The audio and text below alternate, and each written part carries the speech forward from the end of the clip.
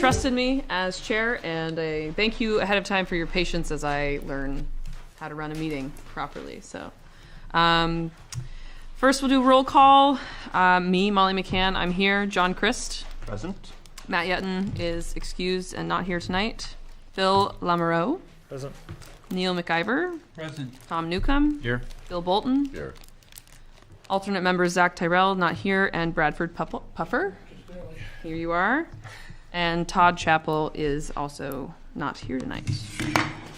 Okay, so review of the minutes from March 19th. Any amendments that needed to be made? I have a nitpicking one. Can I, point of order? Can I suggest if we're going to have votes on anything that you seat Bradford? Oh, thank you. Yeah, Bradford. We're going to seat you because we need a chair filled. Thank you, Phil. So Brad is seated as a voting member tonight. So I noticed under item 5, communications received, our trustee planner was referred to as both Perez and Joseph. I think the standard is the last name, the surname. That's all I got. Very small, inconsequential, non-substantive change. Thank you for catching that.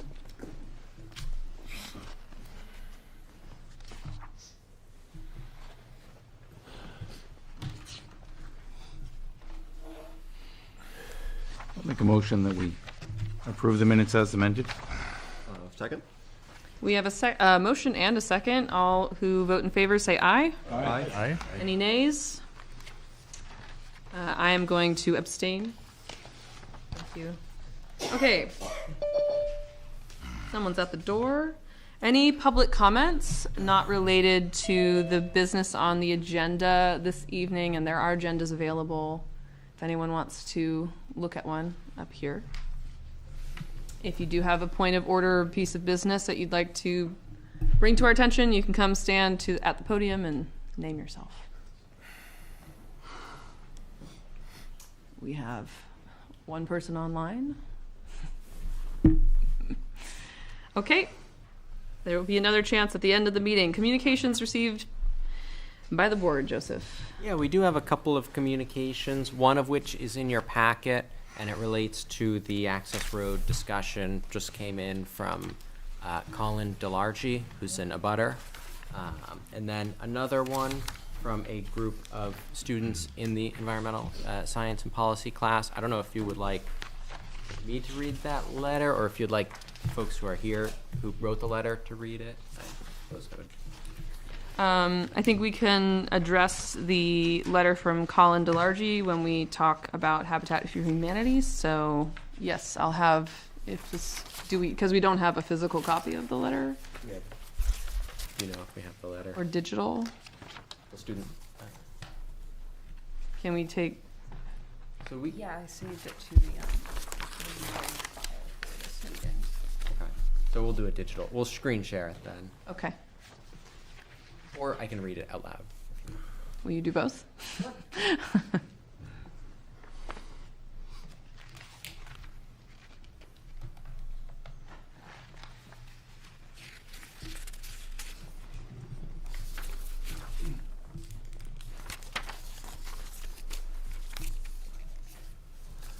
Can you zoom in a little bit? I hope so. Mm-hmm. Yeah. So Perfect, thank you.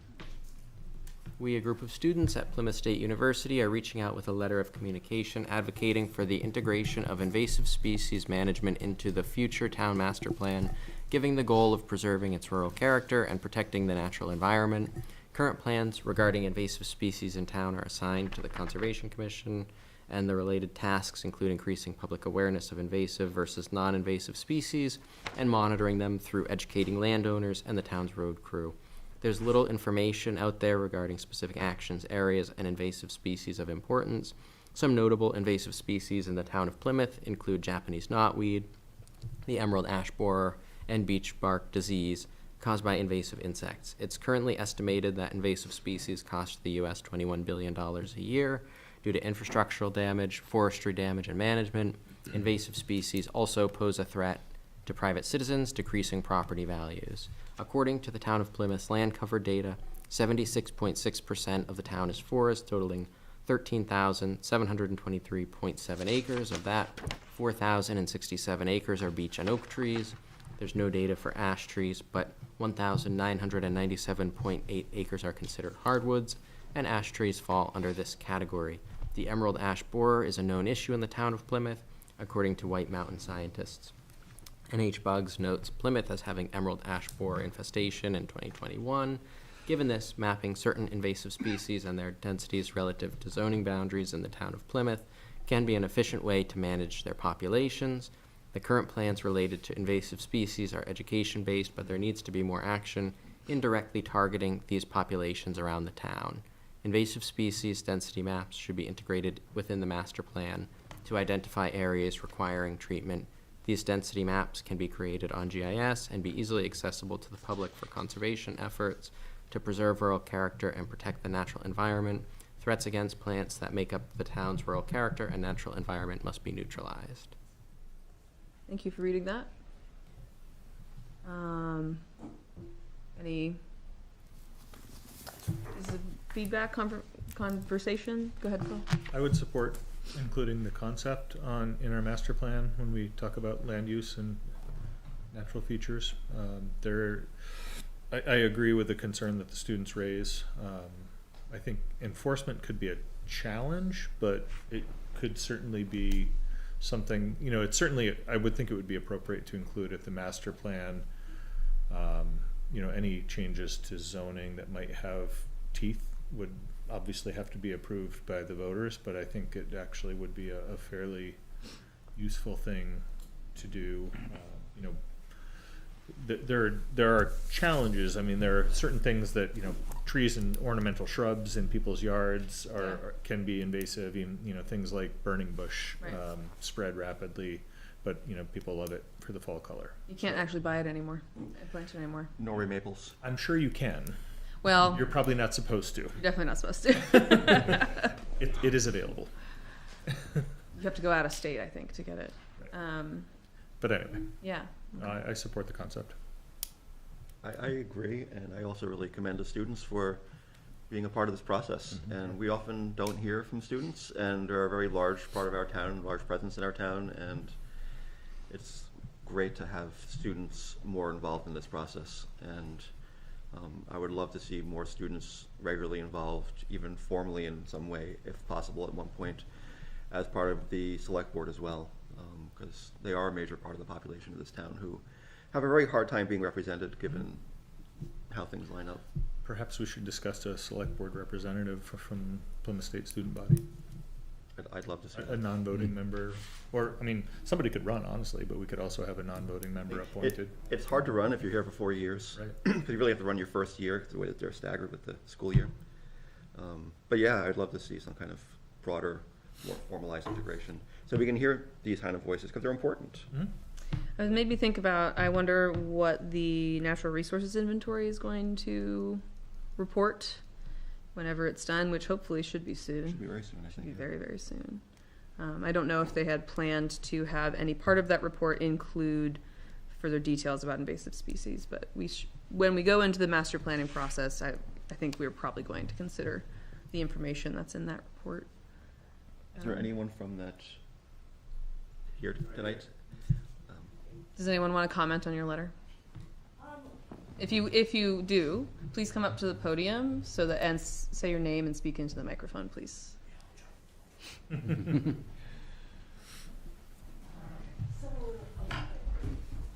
So my name is Vicky Nee, and I am a junior at Plymouth State University. We did prepare a slideshow or a thing for this. I'm not sure how we want that to be displayed, but I would have an example of these invasive species hotspot maps that could be very beneficial in the town. Okay. If there's any time for that, would that be now, or would that be something that would be done towards more of the public comment side of things? I think I would like to make that be more on the public comment side. Mm-hmm. I'm not sure how you propose to set that up with the technology and all Okay. that jazz. Yeah. It's also something that we could add to our next work meeting if you're willing to. Yeah, and I can definitely, I am in contact with Joseph Perez and several other members on this floor right now, so I can definitely make sure we can get it there some way or some how. Make it an agenda item if you I want. would think so. Yeah, Yeah. that'll be awesome. That So sounds why good. don't we plan to add it to the agenda for, next work meeting is the first week of May. Is that okay? Yeah. For you guys, okay. All right, perfect. I would Anyone else suggest- wanna say anything? I would suggest we also invite the Conservation Commission. Okay. Yeah, I'd just like to add that there's many benefits to our plan, and we have a good procedure set out. And yeah, like a lot of these invasive plants are pretty intruding on the walkways, and even by the boat launch, by the, by the PEMI. What is that, Japanese knotweed or? It is. Yeah, miss it. Yeah, very protruding on recreation, so removing them would be very beneficial. Bradford, did you have something to say? I just want to say, you people brought some good ideas here to this town, I think, from what I've seen, but since I've been here, I've seen some things that I thought, actually, I have, so. Thank you. I think one of the complicated ones, I mentioned the Norway maples, which are all over town and are also invasive. Yep. And I don't know that we want to go around like cutting all the trees down in town and like leaving a treeless environment. And at the same time, they are invasive and they spread like mad. Oh, and we planted them here too, because the school qualifies as a terrarium. I think we have like 250 different species of trees. But the problem is that they dig up the concrete and mess with the roads. Yeah. But they do have a beautiful value to them. They are ornamental. And then just to add another note onto that, just because a plant is invasive doesn't necessarily mean it spreads, and it's going to be a lot harder for like an ornamental tree to spread compared to like knotweed or like emerald ash borer. So we can, when we come to that plan, we can definitely like have rules against maybe like invasive species that are very bad at spreading or like not really posing a threat to the community in terms of infrastructural value or health value. I can tell you the maples, they do spread, and there are plenty of places in town where they are spreading out into open space and crowding out other trees. It would probably make sense to have an assessment of what existing statewide regulations already prohibit spreading. You know, like you're not allowed to move firewood, so that really is intended to limit the spread of emerald ash borer, but it doesn't mean people don't do it. So we will plan to hear from you on May 7th. And if you could contact Joseph and send him your slides as well, so we can have them beforehand, then we can make sure you're on the agenda. Perfect. Yeah, thank you. Thank you so much. Thank you. Should get on the agenda. Any other communications? Get in step with them. So we do have the one other that is related to Habitat for Humanity. items, but Yeah. otherwise, no other communications. Okay, reports from committees. Do you want to talk about economic development committee? Is that my job now? I guess I can do it if you want me to. I mean, I wasn't really thinking about what to say about the Economic Development Committee right now. I can But we say. are working on some kind of smaller projects to kind of get us going and start collecting information and start doing some outreach to the community. And that includes some of the work for the charrette that's coming up in May. End of May. At the end of May. Including some engagement with hopefully some students and also with local businesses and others to kind of jumpstart that process and get some of that engagement done ahead of time so it can feed into the process, which is a very quick one once the actual weekend arrives. And in terms of economic development, that relates directly to the kind of vitality of our kind of core downtown area. And the charrette is May 29th and 30th. Yeah. So, and that is again to look at Railroad Square, Depot Square, which is the backside of both the senior center and the Flying Monkey through the skate park and the extension of Highland Street. So I'm going to keep repeating that because we want people to give us input about the charrette. Any CIP? It's probably too soon to hear from the CIP. We haven't, nothing's happened since our last meeting. Yeah. Yeah, CIP will probably get started in the next couple of months talking about getting the committee going, but still Nothing just- to report. Thank you. Any other committees? I think that's sort of. LRPC is Madigan. And there were 3 of us there from Plymouth at the same meeting, which was quite the Plymouth. The 3 of you? presence, Yeah. You want to give any updates on LRPC, either of you? Yeah, we have a meeting next week. Okay. And we had a commissioner meeting last week. Yeah, Yeah. we did. It wasn't particularly eventful, but we did meet, and we have an executive board meeting next week. Okay. So more to report next meeting, hopefully. And we had 3 people at the commissioners meeting as well, which is kind of phenomenal. Interesting. Yeah. Plymouth really representing Yeah. out there. All right, so Can I give a quick Yes, go committee ahead, update, follow-up to that? So Lakes Region Planning Commission is also doing a Lakes Region Master Plan update. Oh, yeah. Last time that was completed was in 2015, and that was before Plymouth became a part of Lakes Region Planning Commission. So I put a couple of flyers up on the front table here, but please, go to the Lakes Region Planning Commission website as well, or check out this flyer. And try to there are 4 separate surveys that relate to 4 separate parts of the Lakes Region Master Plan. So I know it's a few different surveys, but if folks are able to sort of take those as they have the opportunity to, that would be great. And if you also know people who are interested in taking the survey, please let them know about it too. it's survey season.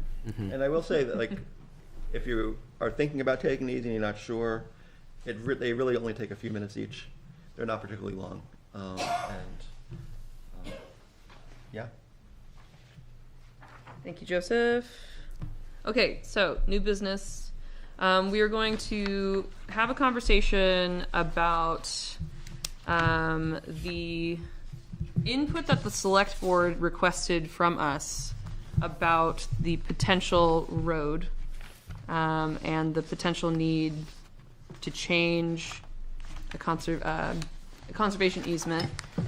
So I would like to take a moment first to read this letter from Colin DeLargy, which we just got. And then I see Frank is here. So I assume he wants to speak with us.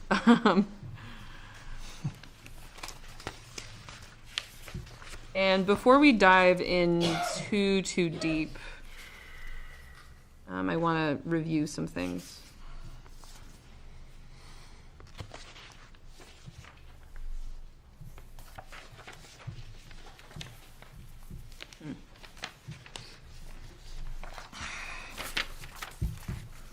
Okay, so in this letter, Colin DeLargy is specifically requesting written clarification. This also notably is to the Plymouth Town Manager and Planner, not to the Planning Board. So he's requesting clarification by March 31st on whether the town attorney has reviewed the June 2025 memo and what the town's current position is regarding its fiduciary obligations with respect to this easement. So I think that it's important when we go into this conversation to remember that as a planning board, we can only comment on things relevant to the planning board. We are not the Conservation Commission, and we don't put judgment on the conservation easement question. So I encourage us to all think about things like road connectivity, about the limits that we set on dead-end roads, and the potential of this question for the greater development of Plymouth. And I think that's what we should be focusing our comments on when we think about what we want to recommend to the select board. May I ask a question? Of course, go ahead. So regarding the fiduciary obligations, Yeah. someone correct me if I'm wrong. If we follow all state laws and contact DES and everybody who might be involved in this process, and our own Conservation Commission and so on and so forth, and do, for example, a swap, and everybody agrees to this of equal or more value from a conservation perspective, that would not in any way violate our fiduciary obligations, would it? Or I know none of us here are lawyers necessarily, but I don't want to put anybody on the spot to say definitively. But I mean, that would be my understanding. I don't see how it would, as long as where the swap is going to replace this land with land that has equal or greater conservation value. And so I don't think it would be up to this committee to make that decision. It would be an expert that would look at it, or possibly the Conservation Commission. But I would say that, Multiple people. Yeah. yes. Yes. But I would say that that is doing the due diligence, and it's our fiduciary responsibility. If we didn't set something else aside, Then we we'd would be in breach of the yeah. law. and- Yes. Yeah. Yeah. And then get it approved and all that other, yeah. Okay. Any other points of discussion before I invite Habitat up to speak on this briefly? Would you like to make any comments to us about this? I'd love to. Okay, please. Please do so. No, this is what Scott Reed had said was the method to get this to continue its approval processes, right? Like, there's a lot of steps in this. This is just I did say to Joseph I would have gotten this to him. I did tell you that, Joseph, Thanks. so that you'd have a little bit more time, but. Okay. We're building a Not an full application, plan it's a for you. discussion. It's a busy time. Thank you. That's a lot. As Thank long as we get one. So, I'm with Habitat for Humanity, and this is some stuff that has been in the works that we had not been ready to really share with the community because it's been a lot of development. There's a lot of conversations in town, small towns, people see things, people hear things, people have ideas about things. And the Conservation Committee has seen this, which they reviewed this and they saw what we were planning to do. I had a nice long 3 or 4 meetings of conversations with them. And then in that same time period, we had a hotel that the town kind of like really sounded off and kind of shared their opinions about development for, rural development and where do we send our businesses and whatever. So, I'm just gonna keep laying papers on. I got 5 so this is what we're actually even talking about, okay? This is the right-of-way engineering that shows it's feasible and what we're trying to actually accomplish through this process is solely this right-of-way. What happens on the rest of the property still has to be approved by the state, has to be approved by the planning board. There's a whole bunch more opportunities for scrutinizing. And what we're sharing, I know, is above and beyond, but it adds context to the request, right? So this is what we have. You can see I have some bullet points in there of the process. We've met with the abutter here, which is Spear. This is the land is, they're in control of this parcel and where that conservation easement currently is. And this is Boulder Point Road, and then this is our parcel over here. And the idea is to figure out how to develop this parcel thoughtfully. That is, and in reference, this is behind the restore. Okay? For people who aren't really super familiar with the project. So this has been engineered, it's feasible, it's affordable, we can manage this, okay? Why is this even necessary? Is because I have met with department heads and we have a life safety conversation about the current, like you said earlier, the regulations around subdivisions, which limits our development of that property to this in the world of housing.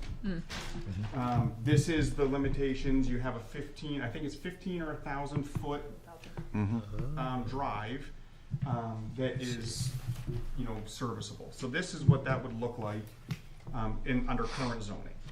Okay, that leaves a lot of up here not accessible at all. Not super impactful. It really doesn't, ramp up enthusiasm. This one here, I don't know. Everybody wants to see it. You can I'll bring it right to you. when we went to the conservation committee, we shared that. We showed them the hurdles of, you know, bigger developments. This is, we asked Horizons, who has operated in town a lot, to give us a max density serviced by water and sewer. This was after I spoke with water and sewer about capacity, right? I'm checking the boxes. If there's a hurdle, we can't, no sense in spending money. Frank, I'm going to interrupt you Please do. and ask you to go speak into the microphone over there, because unless you really need Actually, these, you do you want I to, know or those by heart, I can tell you. okay, yeah, because we have them in front of you, and I just want to make sure everyone at home can hear you. But, Frank, so these are thank the you. I'm same- sorry to interrupt you. These are the same things as those, aren't they? The small They're ones? slightly different.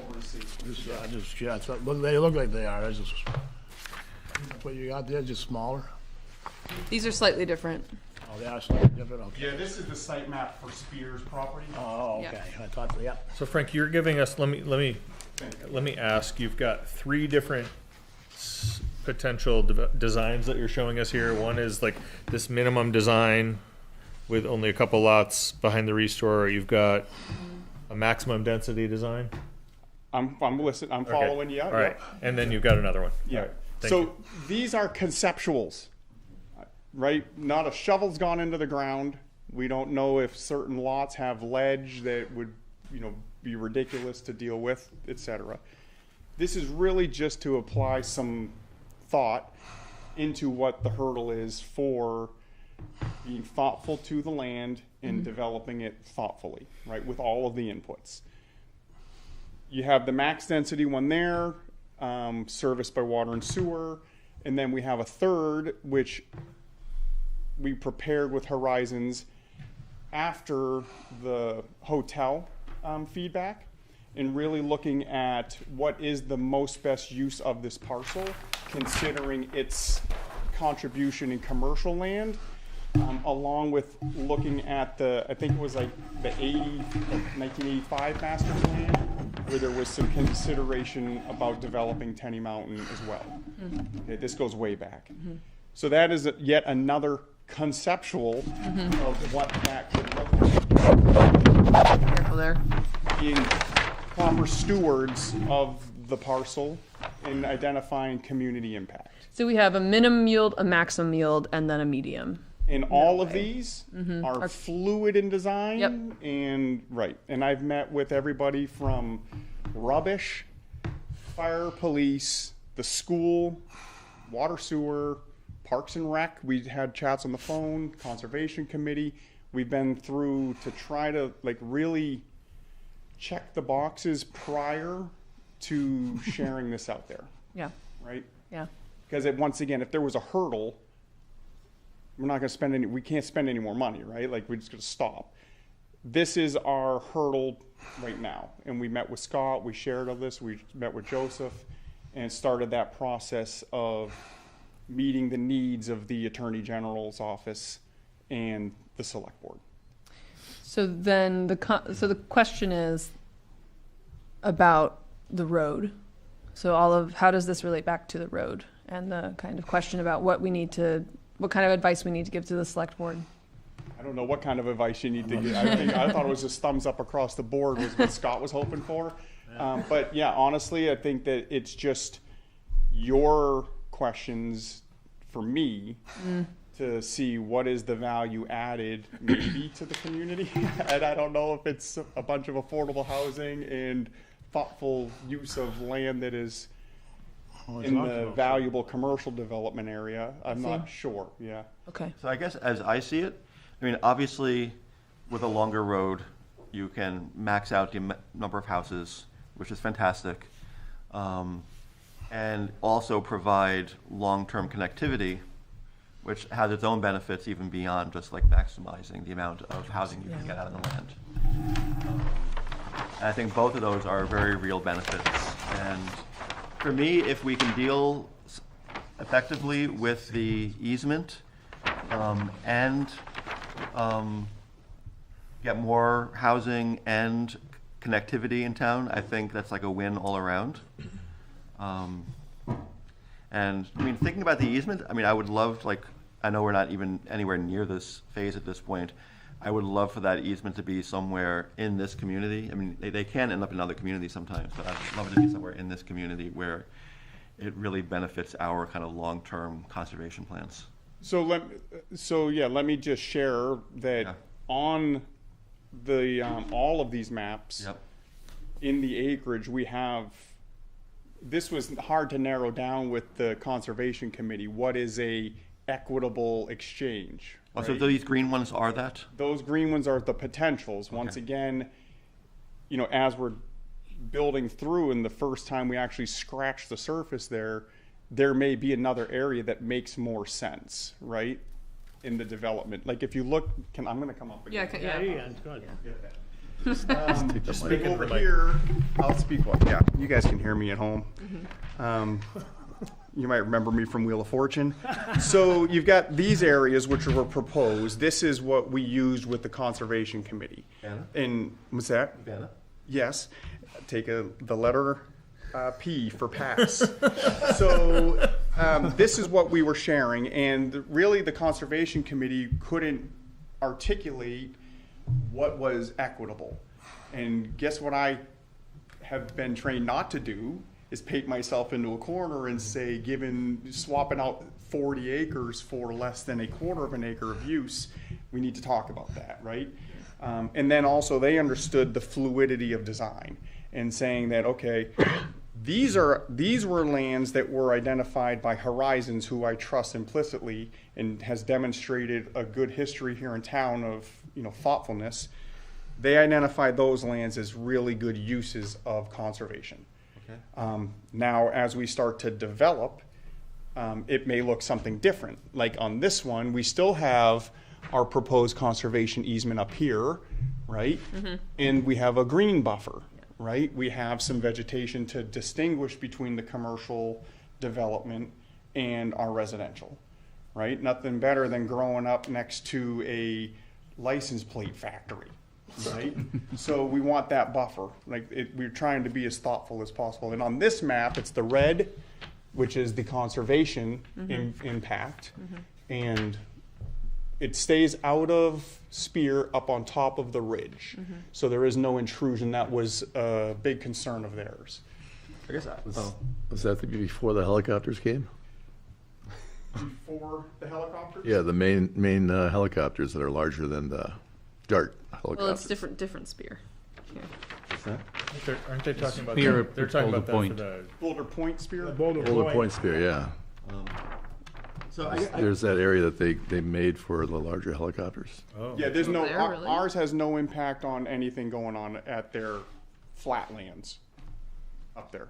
So, I mean, I think for what you need this evening, I think it's more, I don't think we're talking about specific pieces of the land yet. It's more about, in concept, do we like this idea? Getting beyond that, I mean, looking at this,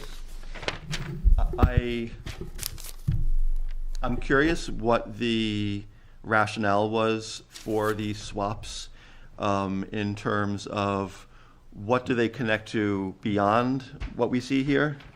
And I mean, I'm looking at like 3 fragmented pieces of conservation land that aren't connected.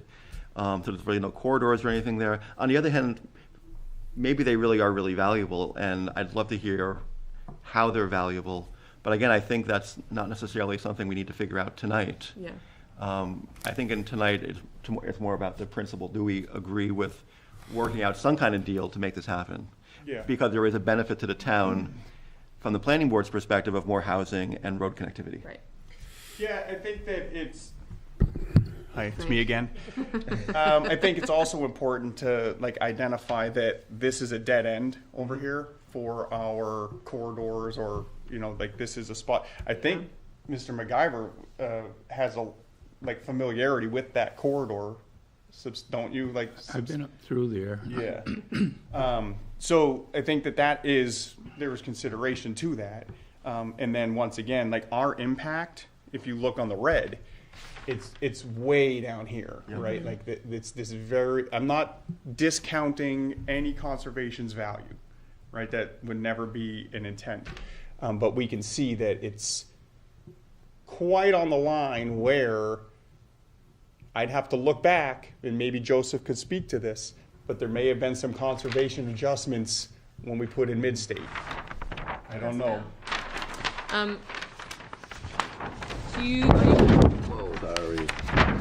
Are you willing to speak at all to if you are all imagining if that road that connects to Boulder Point potentially would be a commonly traveled road, or big posters are challenging with the microphones? I had the same question. Are both intended Yes. to be used all the time? Or is it just an emergency? emergency? Like a fire access only road?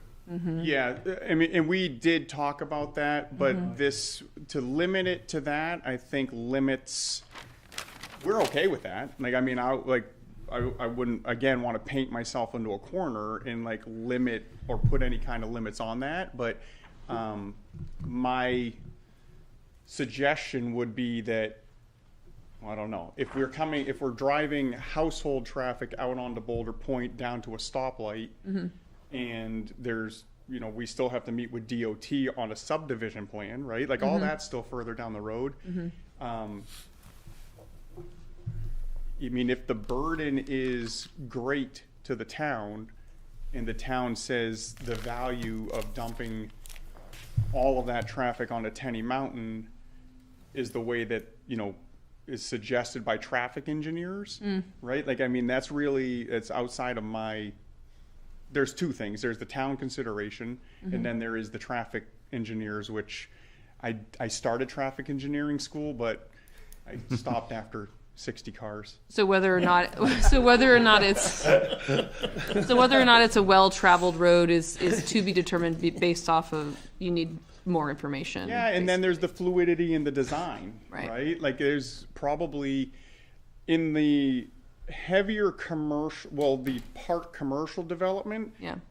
I mean, all that traffic's going out to Tenny. And then what does that look like for household traffic?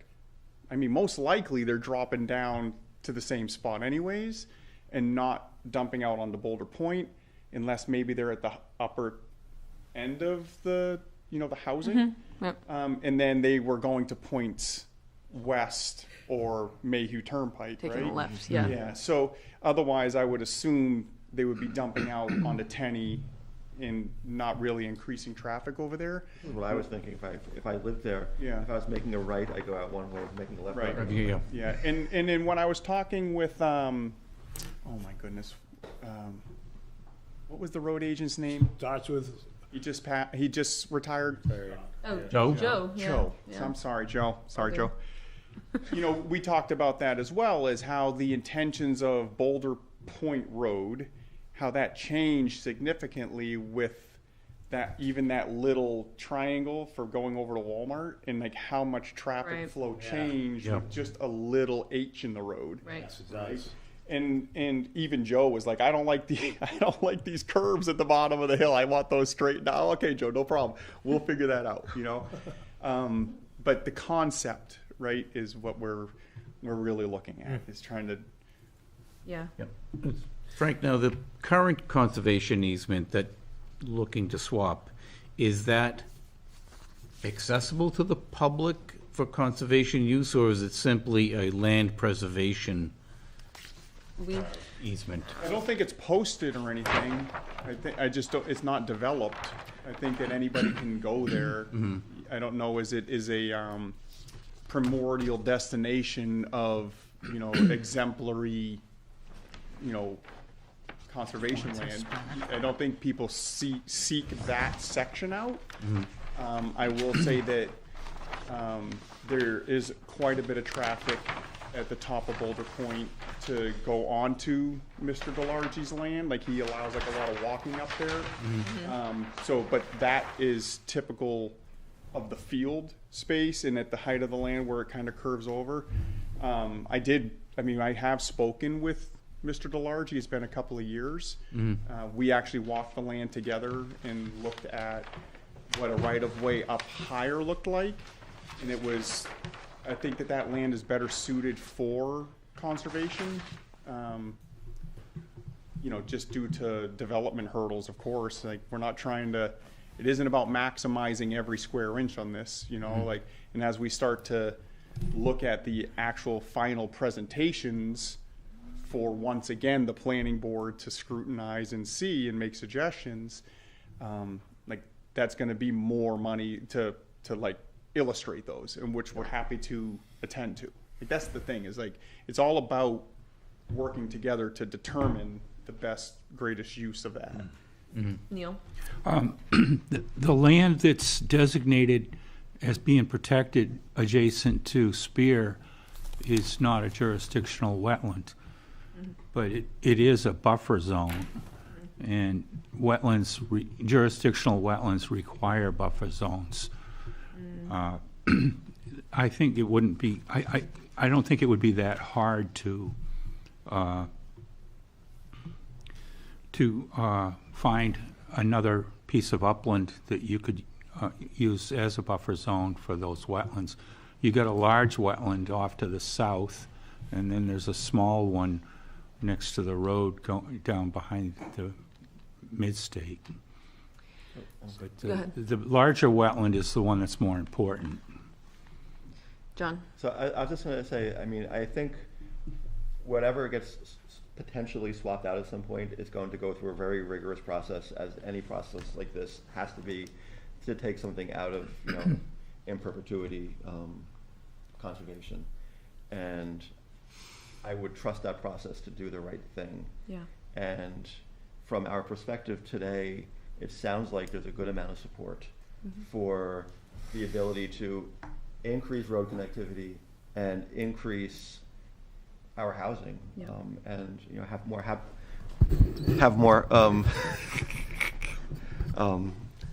affordable housing in town. And so personally, and it sounds like, I can't really speak for everyone here, but it sounds like a consensus is starting to form that, yes, this is a good idea that we can support. And this is going to have to go through a lot of review. And I certainly trust that review process to do the right thing. I concur. I think DES would be in favor of making a swap, as long as you could find land that has more wetland functions that can be incorporated with a larger wetland.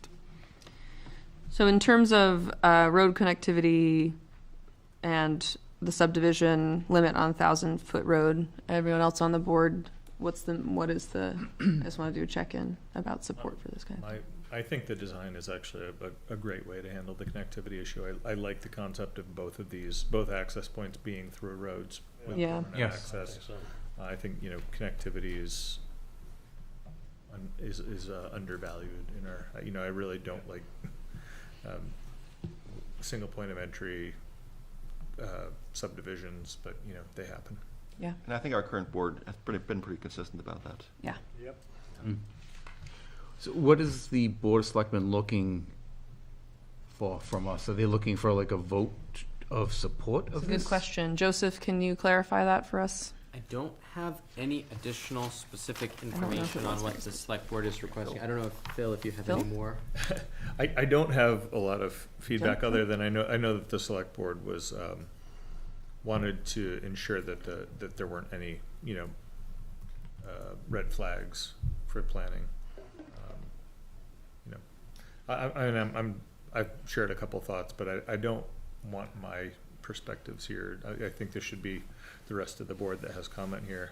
Like, I don't object to any of this, but at the same time, I want to make sure that the rest of the planning board has an opportunity to comment and provide feedback. Would it make sense that we make a motion to respond to the Board of Selectmen that we are in favor of this project as preliminarily, that's a word, In line. presented to us, and that we are supportive of the Effort to length of the negotiate. conservation easement swap moving forward with the necessary review. So moved. Second. All right, we have a motion and we have a second. All in favor, say aye. Aye. Any nays? Any abstentions? I'll abstain. Okay, I think you should continue to visit with the Conservation Commission to feel them out as to how they feel about the lay of the land. Thank you, yep. Yep, there's no problem with that. I mean, it's all about working together, and even that final, like, development, it's still conceptual, right? And as feedback changes week to week, and development funds change week to week, right? It's gonna change what it looks like, but conceptually, knowing that we're obliging ourselves to, a quotation mark, the valuable, right, an equal or greater value land. Yeah, I think, and you're right, the Conservation Committee should have the impact or the thought Well, process of that. They have the knowledge. Yeah, it was hard for them to articulate it. I think they wanted, it's 60 acres, I think they wanted 59 acres in conservation. Which I don't blame them, I get it. So. All right, thank you for providing those drawings, Frank. They're very helpful for the conversation. Okay, so, as Frank cleans up here, thank you again. We provided a copy of the RSAs that give us the authority to regulate subdivision.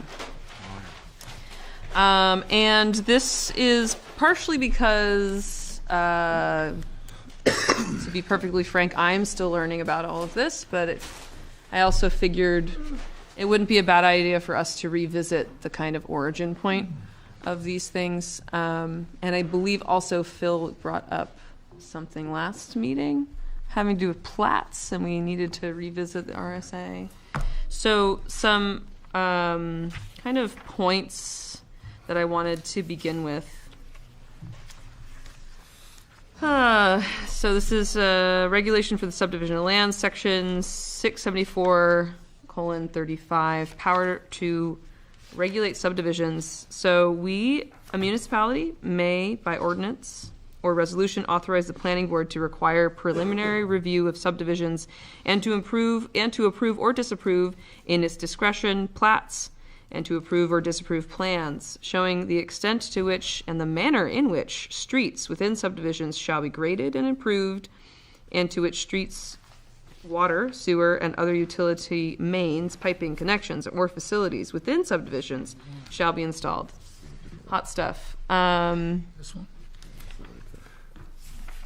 This is really interesting stuff, honestly. It is. It's worth this reading. board has not discussed, like, we haven't gotten into the nuts and bolts of how subdivisions work, and Yeah. it has, you know, what we have isn't horrible, but it's good to kind of give our subdivision regulations a tune-up. So I don't want us to just have a quiet study session here with this meeting, but I do encourage everyone to put some time aside to read through some of this stuff, and it's actually more readable than it seems. I would say. Hot stuff, as you say. Hot stuff. Better than a lot of RSAs. That's true. Did anyone have a chance to study this prior to meeting? Is there any kind of point that anyone wants to bring up of discussion? I took a preliminary look at it, so I could just keep talking and reading at you, or we can have a conversation.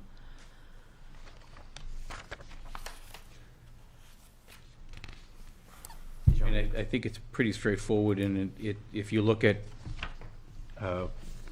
674:36(1), I mean, it specifically says that we need to adopt subdivision regulations. Yeah. So, I guess a question for Joseph, because you've probably studied this more than any of us. Is there any recent changes in the RSAs that present particular areas in our subdivision regulations that we need to address to make sure that we're in compliance? Yeah, that's a good point and a good question. So definitely a few recent changes have to do with construction of improvements, so construction of your homes, that sort of thing, and those are really covered under 67436.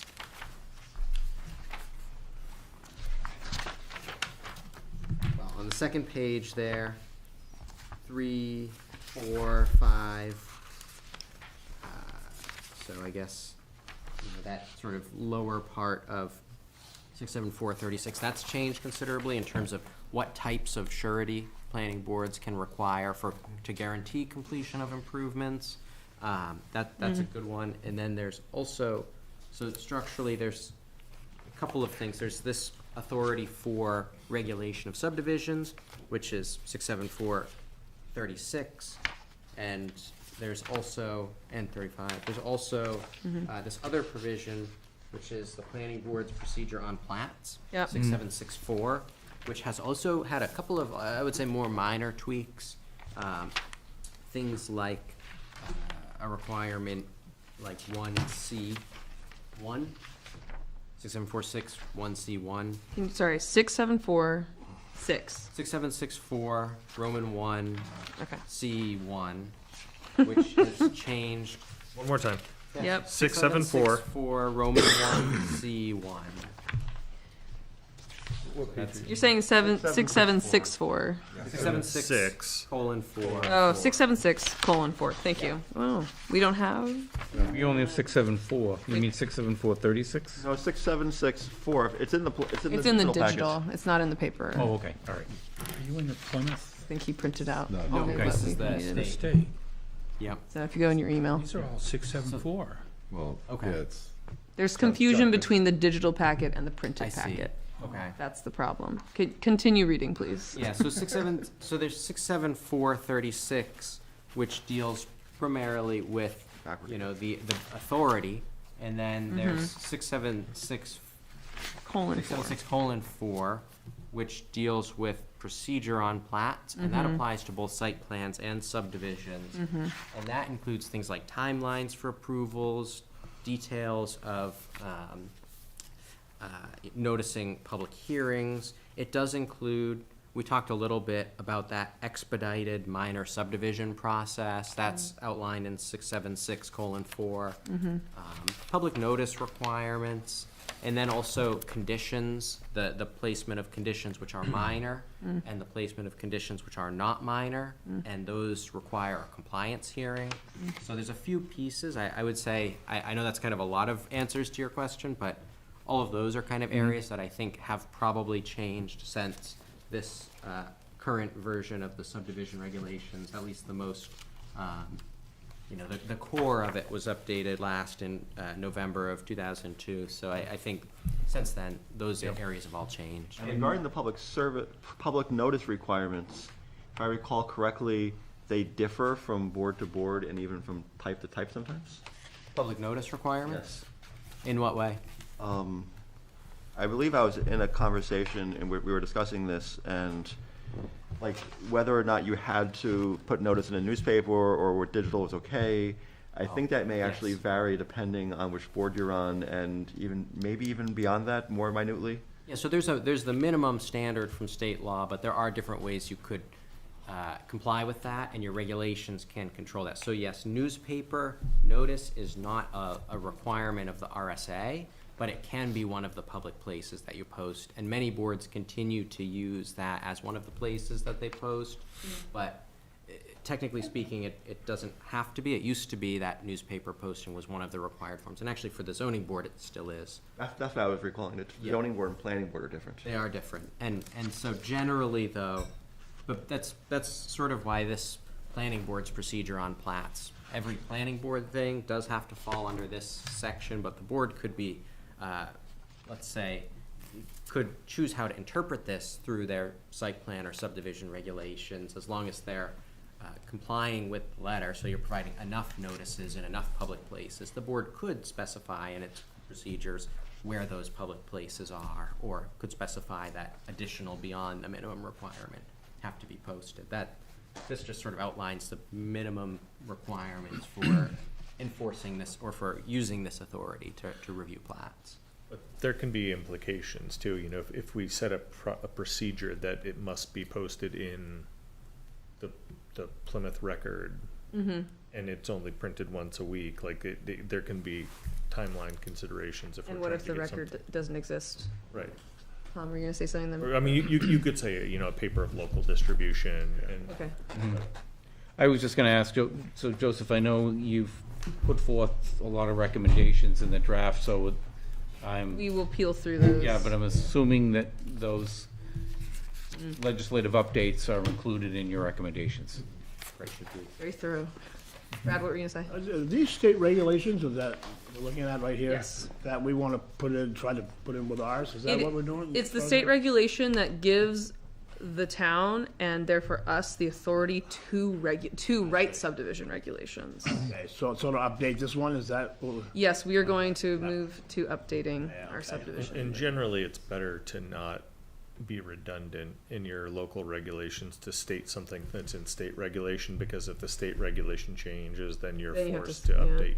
It's really better to keep them separate. So like anything that's clearly defined in state statute really shouldn't, it's better not to address it in local statute unless you're empowered to go further and your town chooses to go Can I further. make one exception to that? Yeah, It's important to clarify things that may be in state statute. True. That are important for the applicant to understand in the process. So the applicant isn't confused because they don't know state law. Right. So they see it in your regulations. but that's different than restating the same, that's already clear. I mean, Yeah. clarification is different, yeah. That's why often the language says, As It prescribed refers in to RSA, yeah. 734-2 or whatever, Yes. yeah. yeah. That is important, and you can do that by, you know, the site plan review regulations, when the board looked at those in 2023, a lot of, let's say, copy-paste sections from RSAs that were included in there were changed to kind of describe what the RSA was getting at, and then say, in accordance with the Right. particular RSA as it may be amended. So that way you're kind of, you're saying that, you know, for example, if you fail to comply with or violate any section of these regulations, you're subject to penalties in accordance with NHRSA 676, as may be amended from time to time. So we're saying there is a penalty, but we're also not saying exactly what that, not just copy and pasting that law, because that could change from time to Right. time. It's not unheard of, you know, if we're considering substantial changes, you know, it's not unheard of to have a subcommittee that meets to do this, but it's also something that we can do together as a board. Well, so It's just gonna take some time and focus from us all to do Yeah. it together.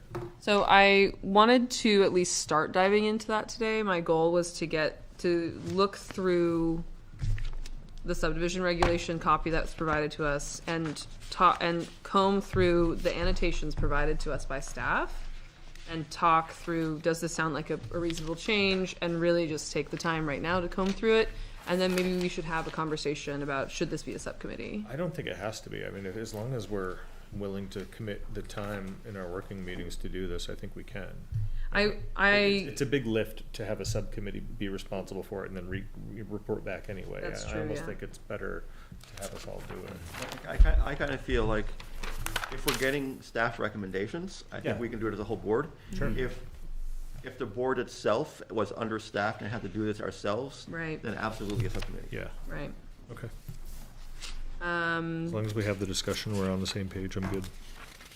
So, unless we have anything else about the RSAs that we want to talk about now, again, I just recommend that we all study those, because we're going to dive in now to looking at these subdivision regulations and the annotations provided by staff. And I think some of these will be more straightforward than others, would be my guess.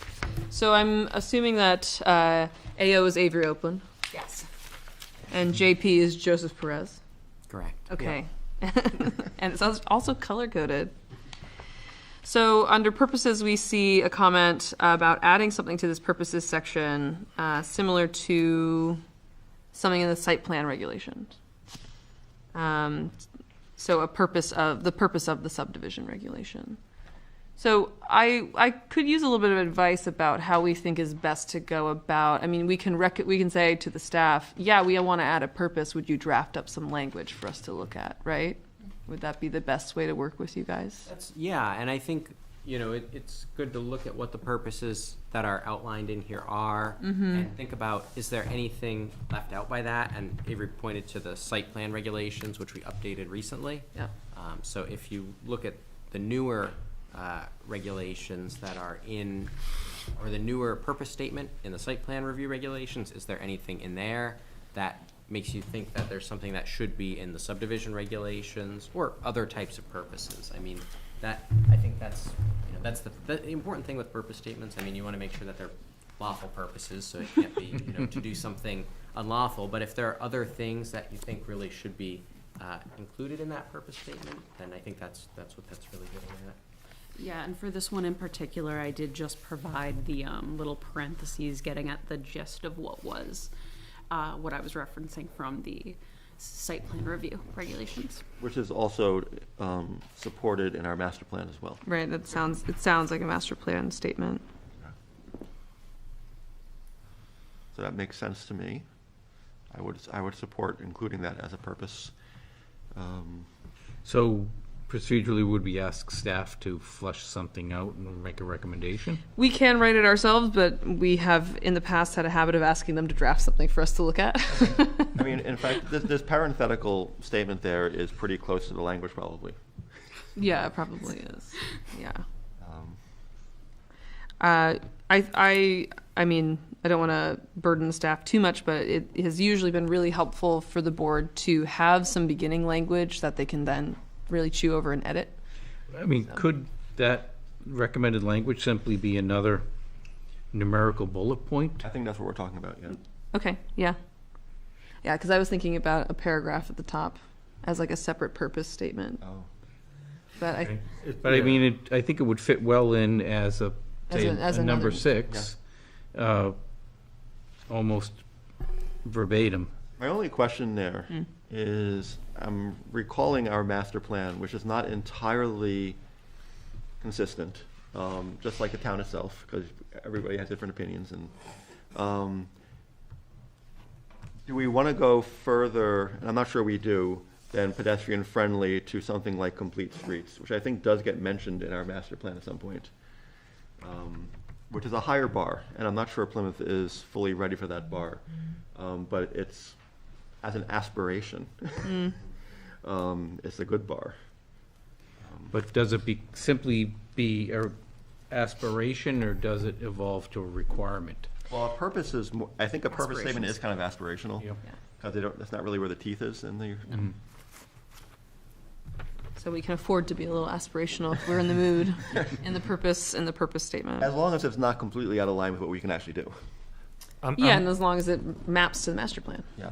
I'm wondering if we could go further than pedestrian-friendly development to say something, you know, development patterns that recognize multimodal transportation and the need for flexibility around that.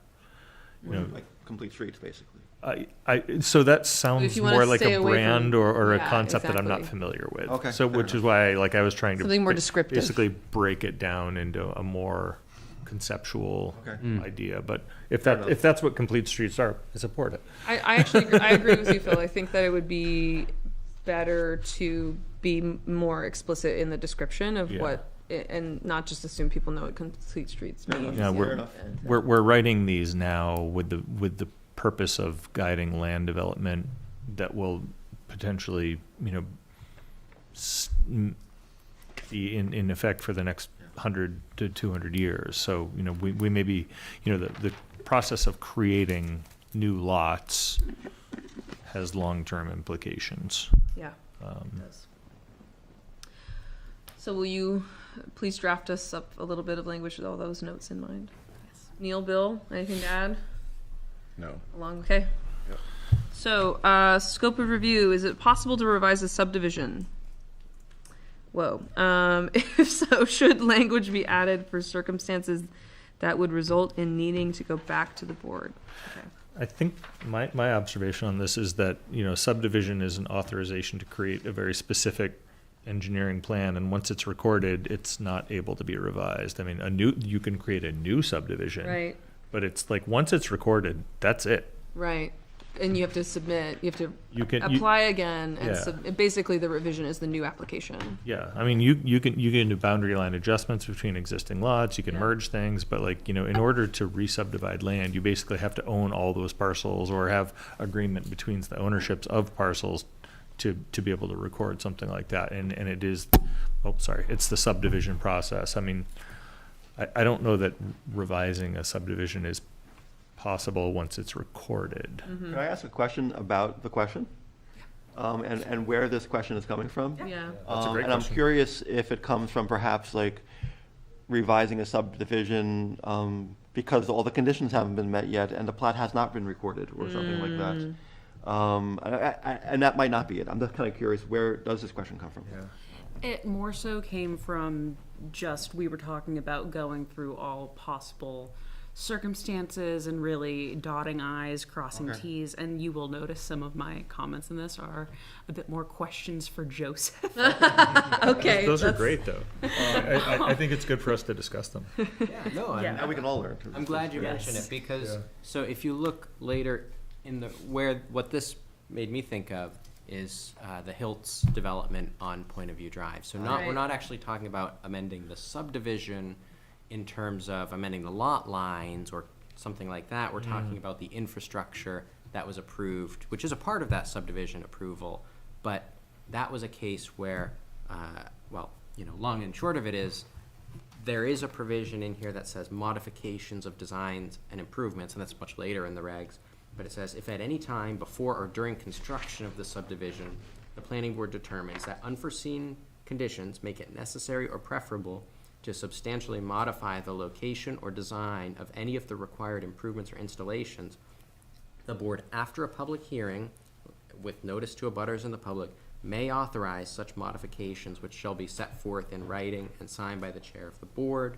The subdivider shall acknowledge acceptance of the modifications in writing to the planning board before such modifications are made. So that's like changing, a road spec mid-construction maybe, because the board, as construction begins, it becomes apparent that it's not possible to build a particular drainage pond in a particular location. So I guess what I read into that question is, should that change be considered its own new subdivision application, or is it some other thing? Right now it's later in the regs. It's kind of a separate thing. It's not in the scope of review as something that requires going through a new site or a new Right. subdivision, but it is something that the planning board can approve, What- like they did with the It's Hills. And you mentioned I the think Hills it thing, and depends, that- though. and it specifically did come up there. Yeah. Like, we have this approved subdivision from ages ago, and ideally, everything is done right, but it wasn't. Yeah, I mean, And then what do you do at that point? There was a fairly major change where like the location of a cistern went from one side of the road to a different side. And so there was a real legal question that Yeah. we had to answer at that point, like, what do we do now? Right. And so actually accommodating that somehow in our regulations, even, for the board more than the applicant, like, how do we deal with this? When it comes up, is a fair question to ask. I think but I think it can also be handled as a one-off. If it's something that, a boundary line needs to be adjusted because, a cistern that was here needs to be there and it's going to affect the boundary, then the property owner there needs to have a subdivision to do a boundary line adjustment. Whereas if it's not something that requires a boundary line adjustment, But wait, in this case, like the Hiltz Yeah. case, for example, the Which property sorry, owner. which Hiltz?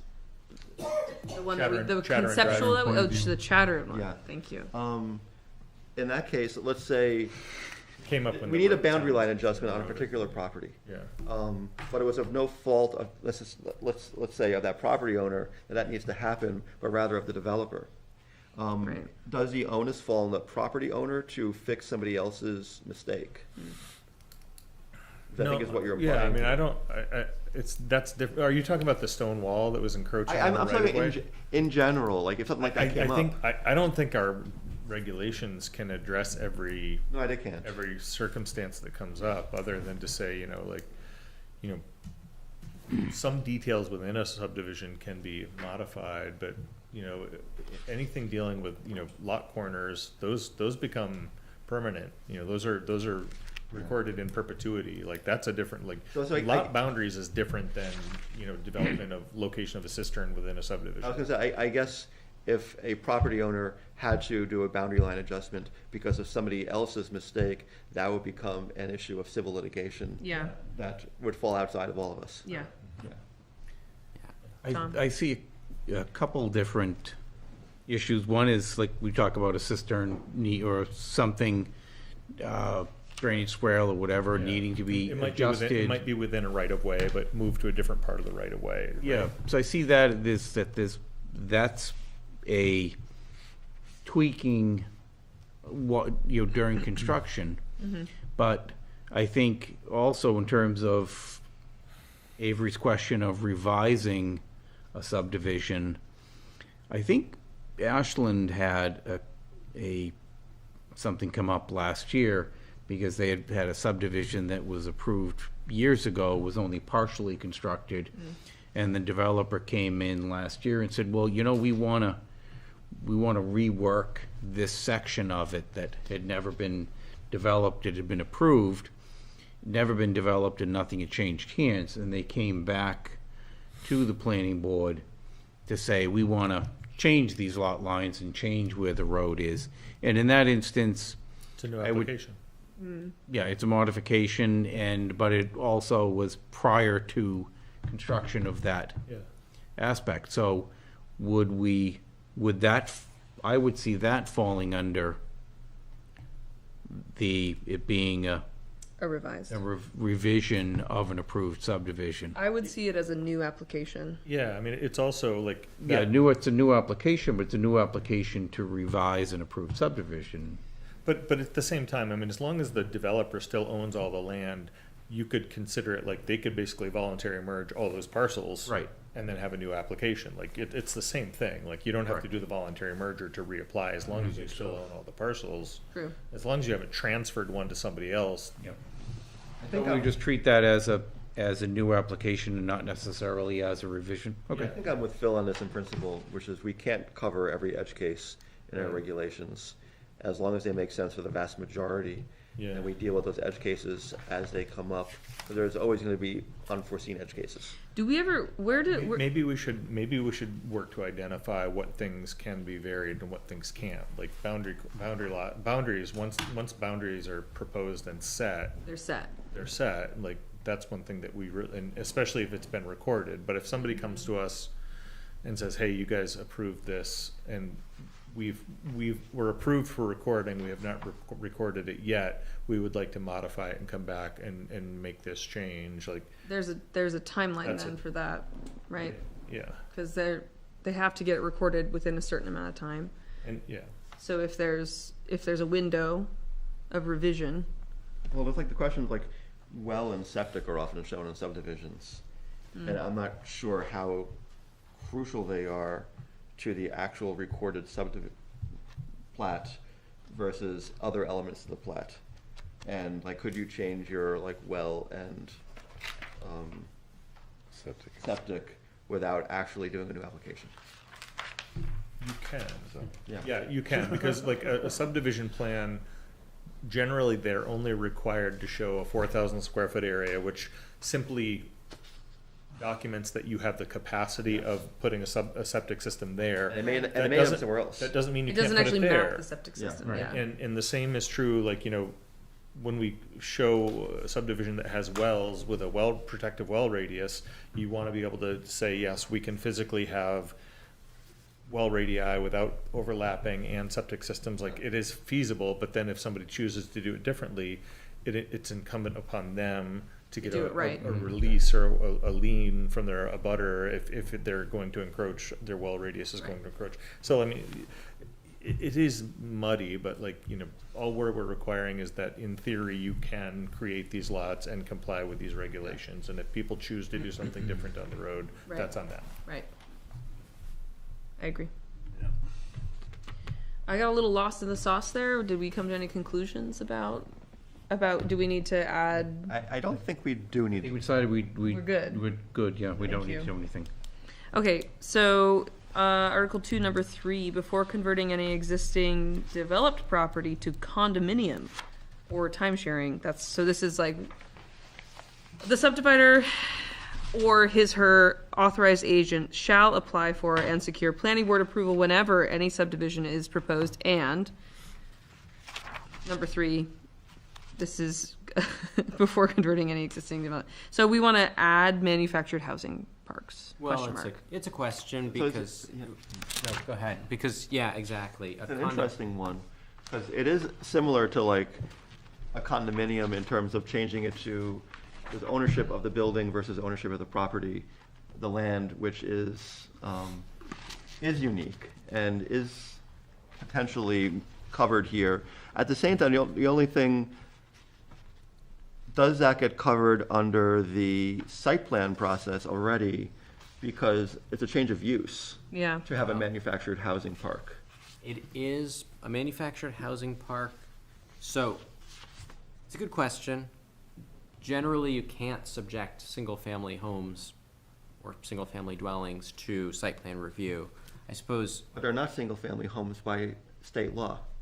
well, that is Yeah, true. I mean, they That might- is they true. might become that But next I guess year, I would but- have to look at, or refresh my memory on the authority for site plan review and whether it says single-family dwelling as outlined in state law, or if it says like 1 or 2 dwelling unit buildings, because Okay, yeah. you can't subject single or 2 family buildings to site plan review because that falls out of the scope of the authority. I don't think you could apply a single manufactured home, site plan review to a single manufactured home. No. I don't Yeah, see, and, you just have to have it allowed as a use in that district, right, which is different than a single-family home. and a this does get a little bit into the question of zoning, because we do have manufactured housing as a permitted use in some districts, but manufactured housing park is actually not in the use table. So it is a bit of a question. It could be, it splits the difference between subdivision and zoning. Many communities treat manufactured housing parks as subdivisions, but that doesn't mean it's the only way to do it. I suspect you could probably find an argument that manufactured housing park, if you define it and include it in the use table as its own thing, maybe you could subject it to site plan. I'm not certain, though. I would Interesting. want to research that a little more before I give I was it. only thinking is because it's a change of use. Yeah. But I mean, But I get it, though, on the other side of that. I wouldn't want to confuse condominium with manufactured housing park, and like, if we're gonna add a manufactured housing, it would be in addition to condominium or time sharing. Well, yeah, it is, but it's a similar concept of Yeah. land versus Yeah. building. Although condominium can happen within a home. You can Yes. you can take an existing single-family home and split it into 4 condos Yeah. and sell them independently. Well, the way I read this, it says before converting an existing developed property to a condominium or Right. timeshare. So I would see that as you've got a 2-family home and you want to make it into condos, that requires, that comes under our review here. Yeah. And, Technically, it's a subdivision of existing property. right, If there was a 4-acre lot with single-family home and it was allowed to be subdivided in condominiums. no, I agree. Like, think about any of the college housing that might be redeveloped. Somebody Right. might take something that's, 4 apartments and, you could have 4 standalone apartments in a big old Victorian house, and you actually make the walls between those your property boundaries, and you sell them as condos. Right. Your property boundaries within the building, but not within the land, or both. Right. But Right. It could be shared land owned by the association with individual, 4 individual Right. condos within the single building. Were you asking, Tom, about the fact that these are existing properties, the way this is worded, whereas a new manufactured housing park would not be an existing exactly, property? that's where I was going, is that I would prefer the manufactured housing park be a number 5, because that could be vacant land and not Yes. necessarily developed Yeah. property. Good point. Do we need to add that if it's not even allowed in our table of uses? Well, if it's not in our table of uses, it's not permitted by zoning. Well, that's where it gets really an interesting Seems question, vague, I guess because you're saying. manufactured housing is permitted in the zoning ordinance. But a But park. as we would, but it's also, I mean, it's permitted as we would allow a single family or 2-family home to be built. It's not, you know, it's still subject to our land use laws. Like Crescent Street. Right. Those are all individual lots, right, with are they, Is that a they're subdivision? zero They're setbacks, connected, right? they're single-family connected. Yeah, it's an OSRD. Yeah, I mean, but it's done by the cluster model. But aren't single those piece of land. aren't those all single-family homes on single lots, but with like no setback so that they're actually touching on the boundary line? Well, they're duplexes on individual, Are they Lots. duplexes? Yeah. most of them are duplexes, Okay. there are one or two So single two- families, Okay. but they're individual lots. But what's also interesting is that the developer Has retained ownership is of the retained lots, right? ownership of the lot, so there's technically, in the case of a duplex, there's 3 tax bills that go out on that. But then, if you look at, say, something, like if you look up at Pine Gate, they also have individual lots with set lot lines, even though it is all the land is owned by the co-op. Cooperative, yeah. And so my understanding is there's a tax bill for the land parcel that goes to the co-op, and each individual structure is taxed, but there's also the zoning sets forth for setbacks for mobile home parks. But my concern would be that somebody could come in and say, well, I want to do a mobile home park, and just because there isn't necessarily a use for it, that specifically says mobile home park, if you've got a zone that allows mobile homes, Right. then what's to stop somebody from coming in and What's the Can I difference? actually ask about our current parks, like Pine Gate? Were they pre-zoning, or were they actually built in our current zoning? I don't think they predate zoning. I mean, I So think how- some did- of them might. So but do I we don't- know how they were, I mean, I guess that's going in the Wayback Machine in like the basement of this building or something. No, it's But- that plan's pretty accessible. It Oh, it comes is? up Okay. a lot. Pine Gate my understanding is that was a subdivision plan that the planning a regular board approved. subdivision? Yeah, a regular, not regular per se, but it was a subdivision plan where the lots, the actual, and by lots, I don't in this case mean fee simple lots like you would see in a regular subdivision, but I guess you might call them the rented lots or the sites or however you would want to describe them. And it had plans for the roads and drainage, like we would see in a traditional residential. and it's recorded at the registry of deeds. Yep, yep. Okay. So maybe we should add a number 5 for this kind of thing. In the scope of review. Or not, I mean, I guess what I'm hearing right now, I don't know, this is a good question. I'm perplexed. Okay, bookmark that one. And if there's no further discussion, we're gonna have to return to it. I mean, I wonder, like, do we even need to consider this as potentially looking forward or not, an amendment to our zoning to clarify this? Yeah. Like, do we or do we not allow manufactured housing parks?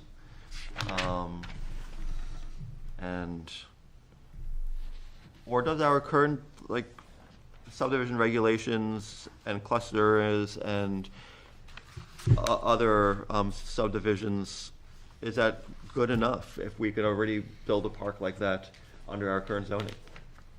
And those lots are all meeting our lot size. Actually, the underlying lot is owned by one entity, which is now the co-op, and so the lots on top of that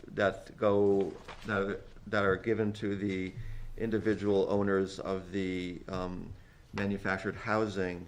Do those need to meet our subdivision requirements, or I mean our zoning requirements for lot size, or because they're not actual lots, but like basically like the equivalent of a condo or something, do they not need to meet that? So they do have their own setbacks, as Tom mentioned. In the zoning ordinance, it specifically has a provision that says minimum yards in feet or setbacks on rented lots in manufactured housing parks, Okay. which differs from what you typically see, but there's not. You do mention manufactured housing parks. Well, we do in our setback table. And so, I don't know the answer as But to. that can be for existing non-conforming, right? I mean, Could- like, yes, we could be, may yeah. have some existing manufactured housing parks where people are looking to make improvements and they Yeah. still have to observe setbacks, even if we don't permit new parks to be created. Yeah. I know Well, there- plus at Pine Gate, there's still vacant lots Are they really? up there, yes. Interesting. And we've had a couple people that have replaced their units with, say, a double wide. And to answer your question about the size, I don't recall if they comply with, or if they complied with what was the lot size requirement at that time. It would have been smaller at that time. It was, I think, I want to say it was in the early 1980s that was approved, so I think it would have been only a quarter of an acre in the ag zone on water and sewer, but they don't have water, so I don't know. It's that question, if those rented lots comply with the minimum lot size. Now we're down to a quarter acre again. I was gonna say, At least in that well, section. aren't we at 10,000 square feet, which is less than a quarter acre? We are in the frog. Yeah. Yeah, Yes. so some areas have, minimum lot sizes of 10,000 square feet, and would we still allow two families on those? You need an additional 5,000 square feet per So- unit over one. So this, you could basically have 2 units on a 15,000 square foot parcel. Which is pretty dense. Mm-hmm. When we're looking at, when you're looking at a park, it's what, 3/8 of just smaller than 3/8 of an acre for two, so 3/16 of an acre per parcel?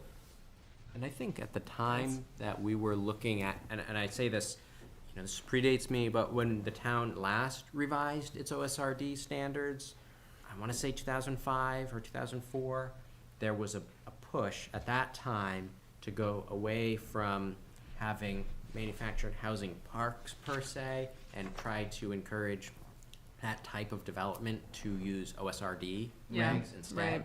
Because in a lot of ways it accomplishes a similar thing. And I would say that's probably still true. You could do something that is very much the same type of development, but works a little differently. Whether, it's a good question about manufactured housing park in that very conventional sense. Yeah. How that does align with those definitions in our use table. Yeah. Have to research that a little more, I think, because I actually don't know necessarily, but I know you could certainly build a subdivision of manufactured homes on individual lots. Yeah. And, sometimes in the subdivision, in the site plan review regulations, in our scope of review, which is what we're talking about here for subdivision, there are some things that may not necessarily be in our zoning ordinance, but we're still Right. saying, the subdivision regulations and site plan regs don't override zoning, but it's written in such a way that if that ever became something that was alled under zoning, It would encapsulate it, yeah. Zoning empowers us to create subdivision and site plan regulations.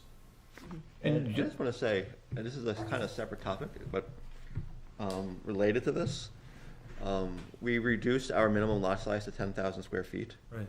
And personally, I don't see any reason not to go down to like 5. In certain I areas? currently live on a 7,000 square foot lot. Yeah. And it feels like there's plenty of room to breathe. And there are lots near me that are smaller than And that. I really like your neighborhood. Yeah. Yeah. That's a really good feel. And my lot is 7,000 square feet. Yeah. Village. Tom? Yeah. I was just going to throw out that, just curious if it could be considered, do we have anything in zoning that would prevent somebody from, say, taking, a 10-acre parcel and laying it out and throwing in a street and saying, I'm going to make these small, make it a mobile home park. And because they're technically not subdividing it, but they're, I think it's allowed by site plan, isn't it? I mean, it's basically what the Crescent Street development is. Yeah. In some ways. that one's a So, little different because it's can- actual. Can I one-up you and say, what if somebody took a 10-acre parcel and said, I'm gonna put 50 homes in here, but I'm gonna have a parking lot over here and there are gonna be sidewalks to everybody's individual homes. Yeah, but I'm not saying, I guess I'm just saying, you don't have to put in a road. I'm just saying, Right. like, you could have like a parking area, like right off the main thoroughfare. Right. With paths and open spaces. I used to live in a city that had one of those. Yeah, and I'm just saying, like, it doesn't have to be a road. What's the concern? Right? Well, no, but I was just gonna say, I mean, so that do we wanna add that as another bullet point? Mm-hmm. Just it so that exists. we have the right to, Address it if we need to review it if it were to come up. I think, don't we deal with that type of development in site plan?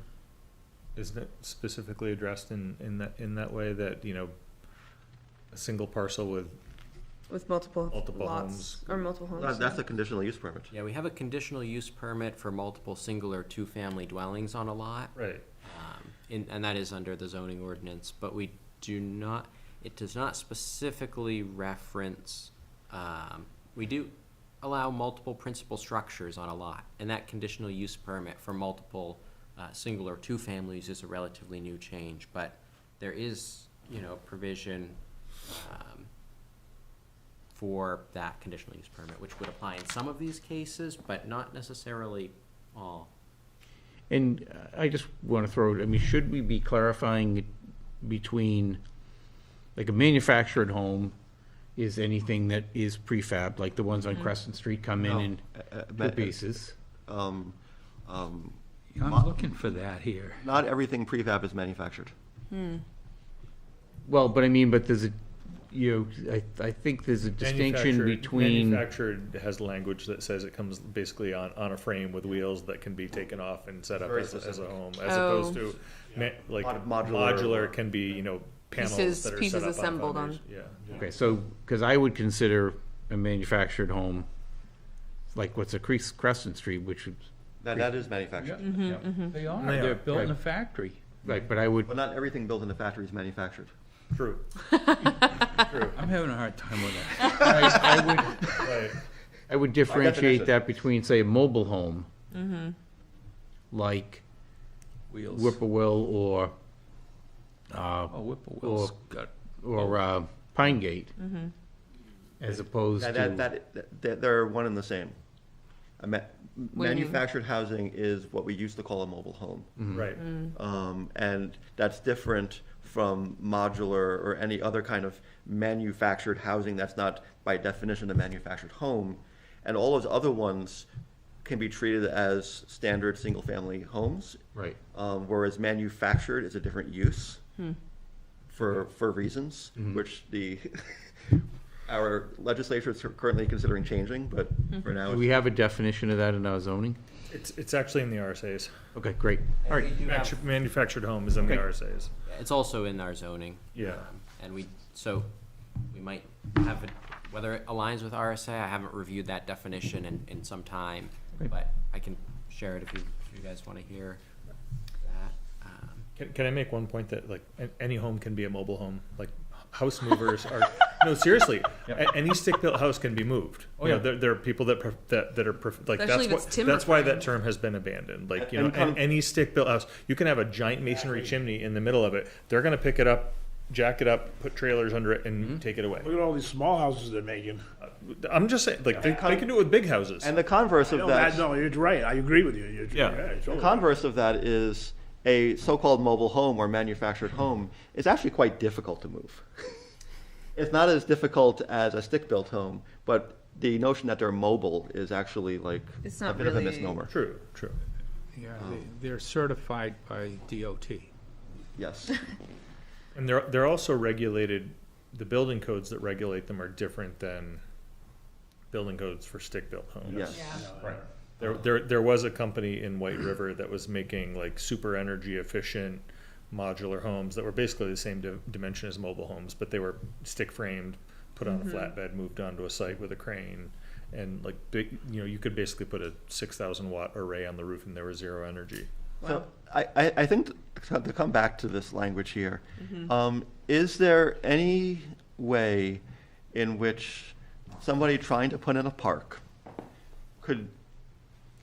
would need to use the language of a park to meet their ends, as opposed to just using other provisions of our zoning ordinance and subdivision regulations. I'm pretty sure that what we have actually gives people enough flexibility that if they want to do that, they I can. think that's Like, the- that's I the would real want que- that's somebody the to real Because prove to me OSRD. that we're missing something. That's the real question here. Between OSRD and site plan, and conditional use for site plan and. OSRD lives in zoning, right? Yes. Yes, thank you. No, OSRD lives in our subdivision Authorizes- regulations. Yeah, it lives in here. Okay. It It's a- authorizes site subdivision, it's further regulated in subdivision, but it's authorized by zoning. By zoning. Yeah. Okay. Thank you. Does Go ahead, Neil. Sorry. the state have a definition for campers and park models? Are they differentiated? I So think it just falls all under manufactured home. A camper is, Joseph, did you want to is read that? I interrupted camper you is as you were going to definitely read to different, us. no, that's fine. Manufactured housing under the zoning ordinance is any structure transportable in one or more sections, which in the traveling mode is 8 body feet or more in width and 40 body feet or more in length, or when erected on site is 320 square feet or more, and which is built on a permanent chassis and designed to be used as a dwelling unit with or without a permanent foundation when connected to required utilities, which include plumbing, heating, and electrical systems contained therein. Manufactured housing, as defined in this section, shall not include pre-site built housing, as defined in RSA 674:31A. See Article 7 floodplain development.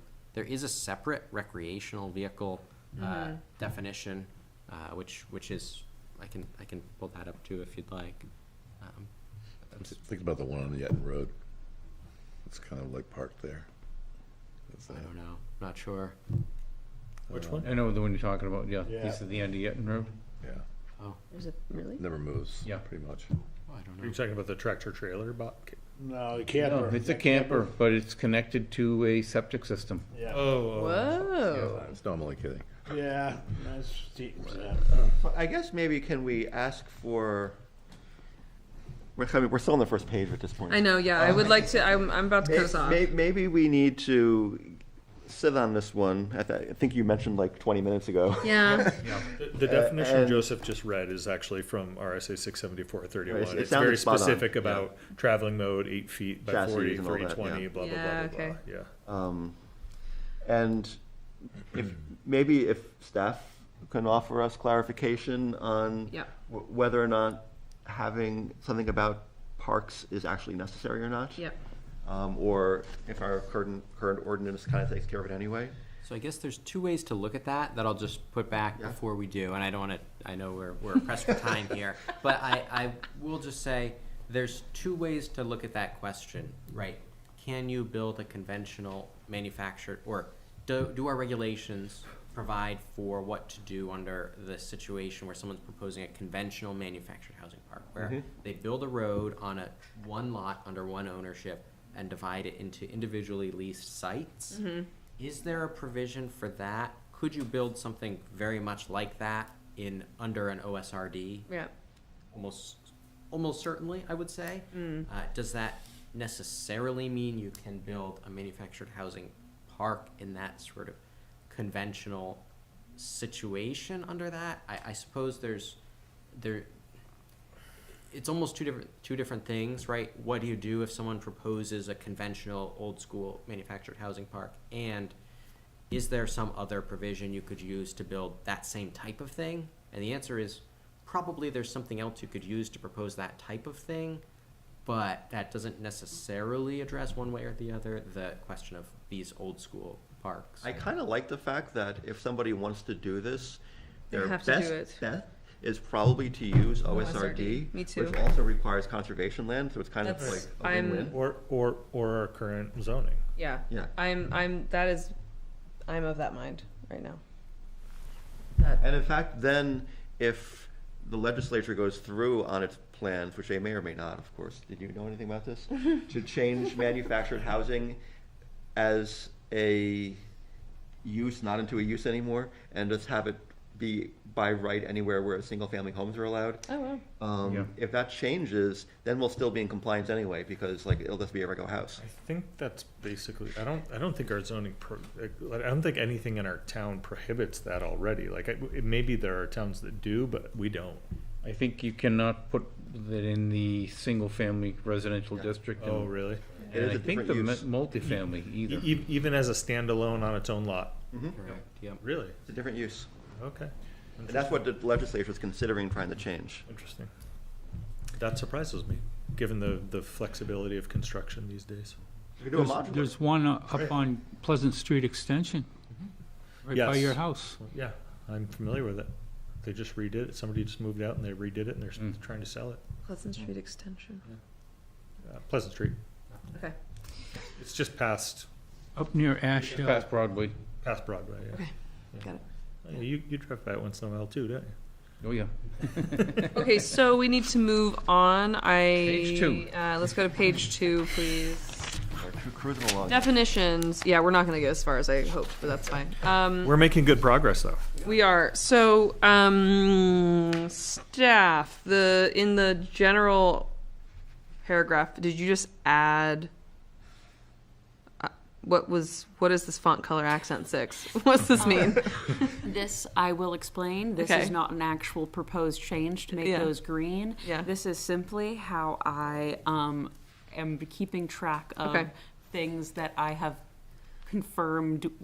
Got it. Okay, RSAs notes to comply. self. Okay. So let's skip And those. we can hyperlink all the RSAs. Oh, great. Gosh. Okay, so common terms we have.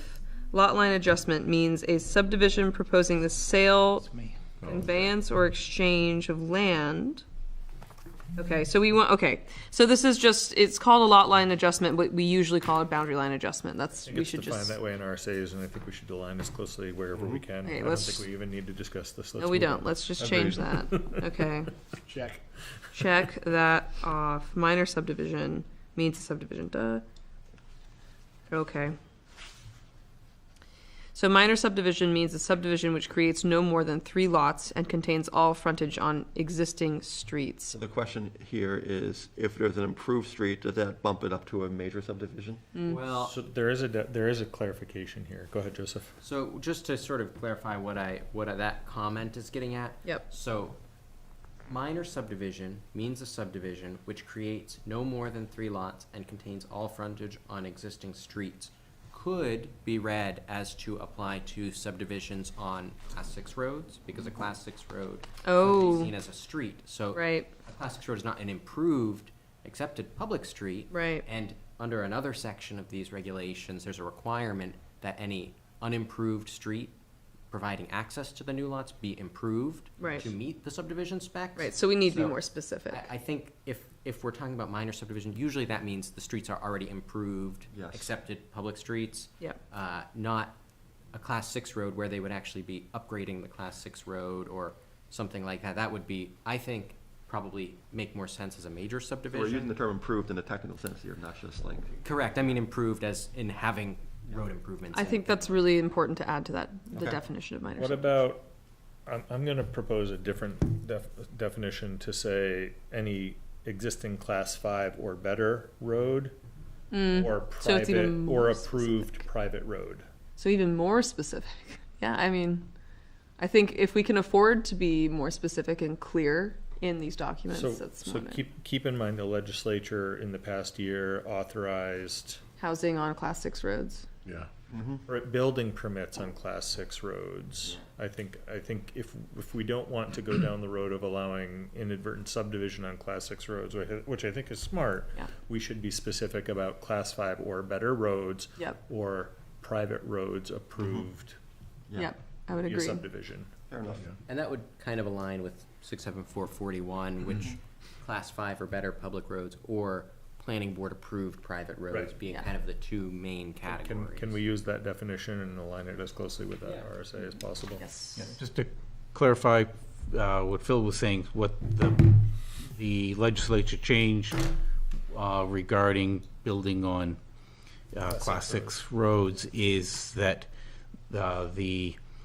it's now the waiver of municipal liability is a matter of right and is no longer subject to review by the planning board with a recommendation to the Board of Selectmen. I was gonna say it can be approved by the select board, right? With Well, yeah, technically, the way that, previously, it had required select board approval, and Right, now but it's allowed by right and does not. right, but it would, the process would be actually planning board makes a recommendation to the Board of Selectmen, and the Board of Selectmen grant it. Now it's a matter of right.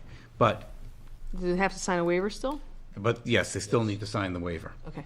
So you could have like a four-wheel drive truck that you're required Yeah, to get. as and long as a fire waiver is truck signed. not gonna get to your house. That's, yeah. Yeah. Six-wheel drive. The, Right. Yeah. so does this mean, so if somebody wanted to subdivide on a private road, then is that still allowable? If it's a planning board approved road, which hopefully we're approving Yeah, roads that are My to spec. recommendation is to use the language that Joseph recommended, which is planning board approved private road, which as long as we are doing our due diligence, a yeah. planning board approved private road should be able to be accepted by town as a public road if it was petitioned to do so. Yeah. Okay, so, In my mind, that's class 5 or better. yeah, because I know of a situation in town where someone has a long driveway and they are looking to subdivide off part of it, which could require that it become a Approved road. approved private road. Yes. Yeah. So, I think And they that's need where to- the But street that's, plat. that's creating a new road though. Yeah. But I think Correct. that's what the street plat process is for. Like, you could file a street plat for a private road, which would give you frontage. And then Right. you could subdivide, even if your intention was to never have that private road become public. Yes. You might still have to build it to public road standards, so that if future owners wanted to have it, like, if down the road, 3 owners down the road, they said, hey, this is a street plat, it was approved, we want to appeal and have it be accepted by the town could say, yeah, we'll take that over and then Right. we'll plow it and maintain it. but But they would have has to be bring it built up to that town standard standards. first, as part of the plat process. So what happens if the driveway's like 1,500 feet and the guy puts like 5 houses after like 10 years, he decides to develop it and such? Well, that, I mean, that, Then you've got a, You got a it's no different than subdivision a subdivision on a private application. road. yeah. Only if you subdivide it. True. Wait, what? Only if you subdivide it before putting the houses in. Would you have a subdivision? Yeah. I guess I Because didn't technically you could put individual houses, as long as you have acreage, you could just have the same houses on the same lot, right? But then you can't transfer them without going to condo or some form of. And if you condoed them, then you'd have subdivision. So therefore Frank can build like a 2,000-foot driveway and then just start putting houses out there without subdividing. As long, but I think that's what the plat process is for. It's not just a driveway. It has to be a plat built to public road standards and either constructed before subdivision or bonded for construction before I subdivision. think what Bill's getting to is they could do the same thing they did on that new Shattering. conditional use permit off of Crescent Street with the 11 units on a driveway on a single lot. I don't think Habitat would want to do that because of their model of Yeah, it's true. homeownership. Yep. But Alright. otherwise, yes. And like, doesn't he build like a 1,000-foot driveway, put a big parking lot there and sidewalks to? You know, you could talk to him about that. It'd be interesting. Brad, were you gonna say something? Okay, I thought I saw you raise your hand. Sorry, didn't want to. No pressure. I agree, Phil, with making the existing class 5 or Class 5 approved. better or Yeah. planning board approved public? Yeah. Okay. Any objection to that? Or, sorry, planning board Nope. approved. Yeah. Okay. Private. Right. So why is design review plan highlighted under sketch? Any ideas? Sketch means a preparatory sketch. Okay, a preparatory drawing, maybe we should call that. Can I make that suggestion right now, not to use sketch in the definition of sketch? So sketch means a preparatory drawing, I would like to say, of the subdivision layout that does not include engineering details, but accurately shows the proposed layout of lots, water courses.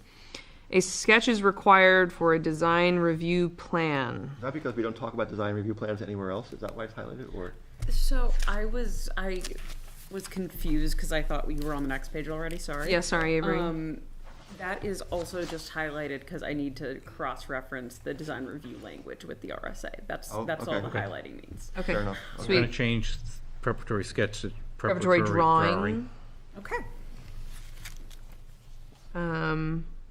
Yeah, that, I think in the sentence where the highlight, it starts with a sketch is required. I think that's fine there because it's. yeah. It's just, how it's it's not that part of the first, that definition. first sentence, which is trying to define sketch and then using the word to define it. Right. Classic. Okay, turn the page over. So, I am going to propose that we stop before Article 4 because it's 8:20, and I think subdivision review procedures is going to be a thick discussion.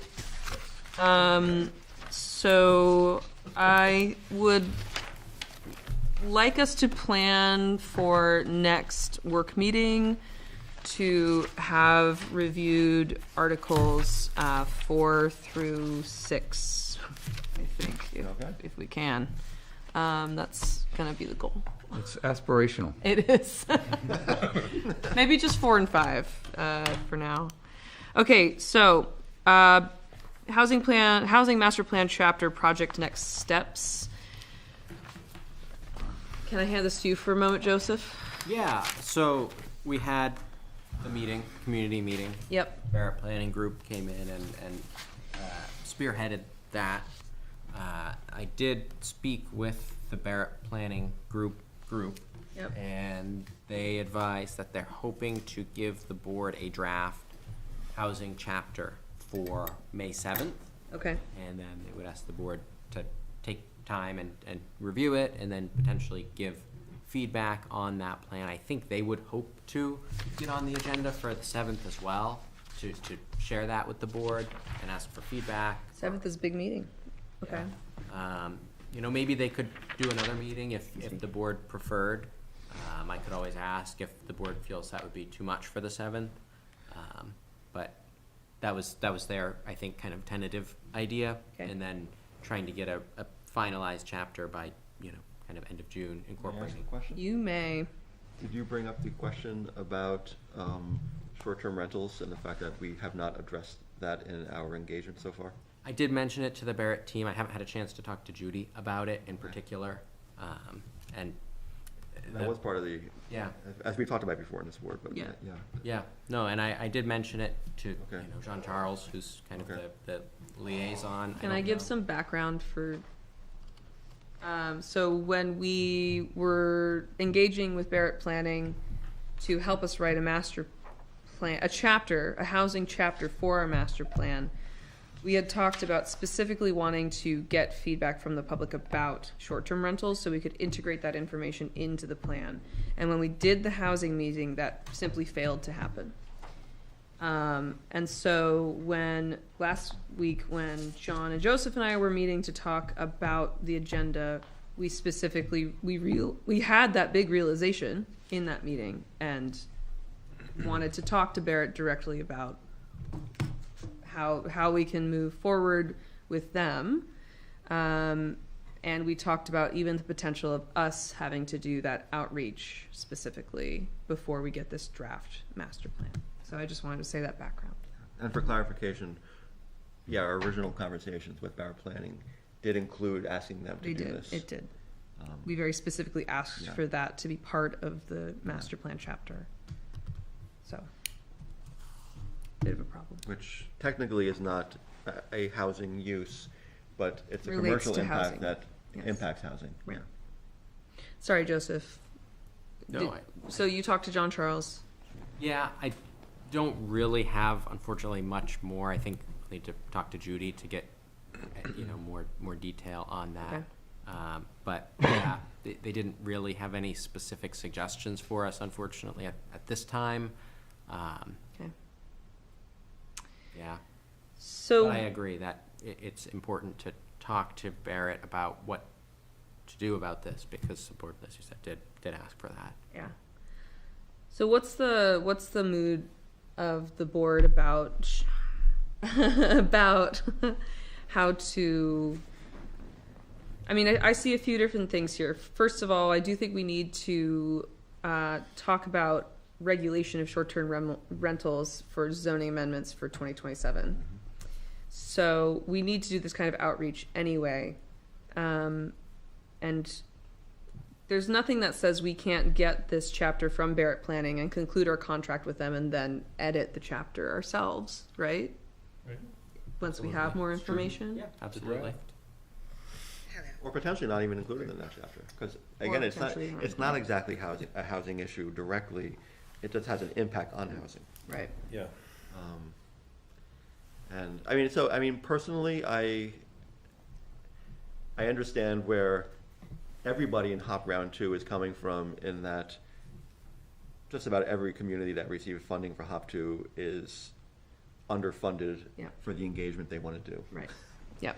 And so it's hard to ask for more in that sense. On the other hand, we did have a conversation where we did ask for this, and they said yes. Yeah.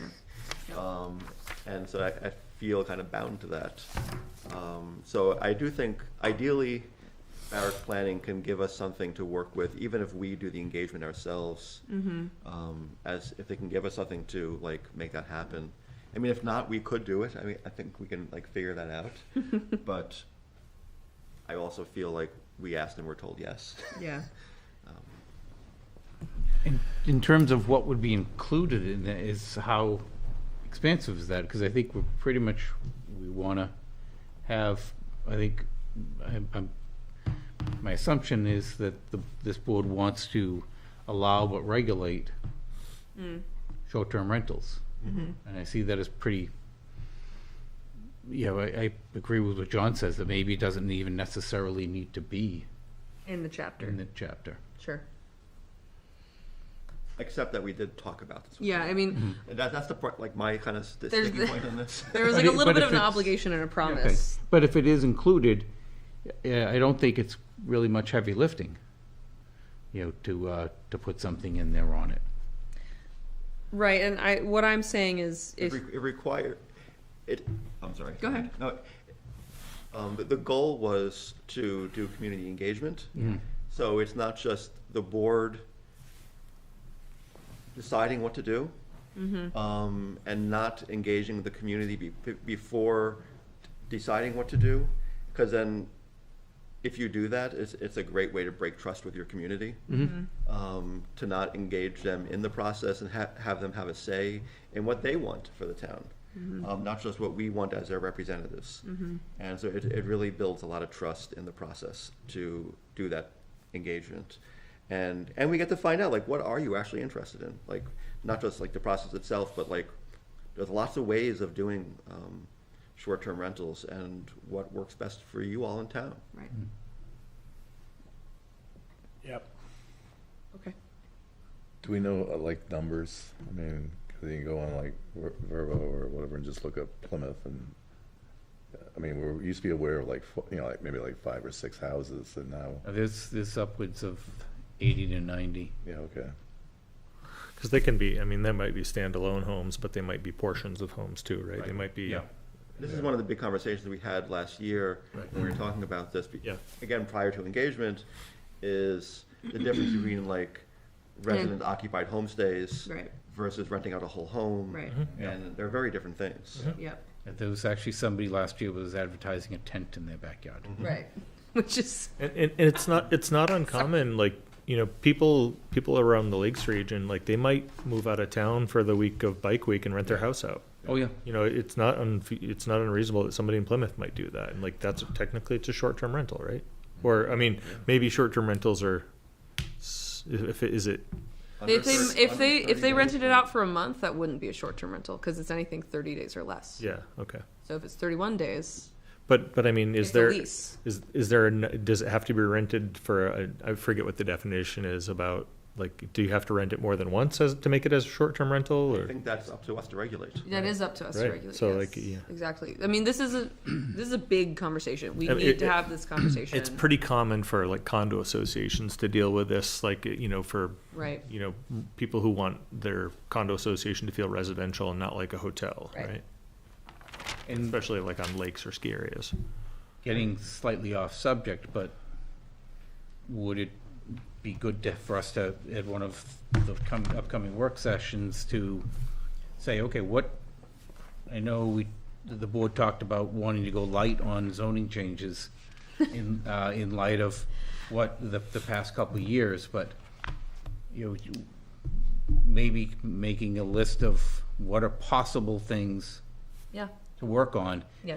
and start looking at that and prioritizing and deciding what ones need to be done, and start that process now, because when you think about it, we're coming into May. Yep. And that leaves us 6 months? Yeah, no, you're completely right, Tom, and I was gonna add a little unfinished business thing here, actually, so that we could have that conversation. So if we don't need to talk anymore about the master plan, and we can just, I mean, if Barrett wants to come talk to us next month, then I think we talk to them and we can ask them the question about short-term rentals, and if they have any advice for us how to move forward with that conversation in the town, then we can do that then. Does anyone have objections to that? Okay.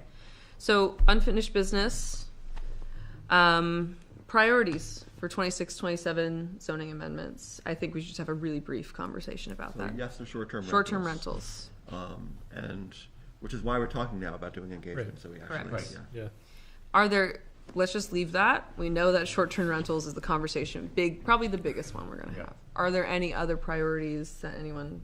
Presuming we're going to see the natural resource inventory, Mm-hmm. we have put off further changes to the zoning map pending the outcome of the NRI, but we had talked about potentially extending the ICD further west. Mm-hmm. Maybe that's less important now that we know that the town has supported the Tenny Mountain Overlay District, but Mm-hmm.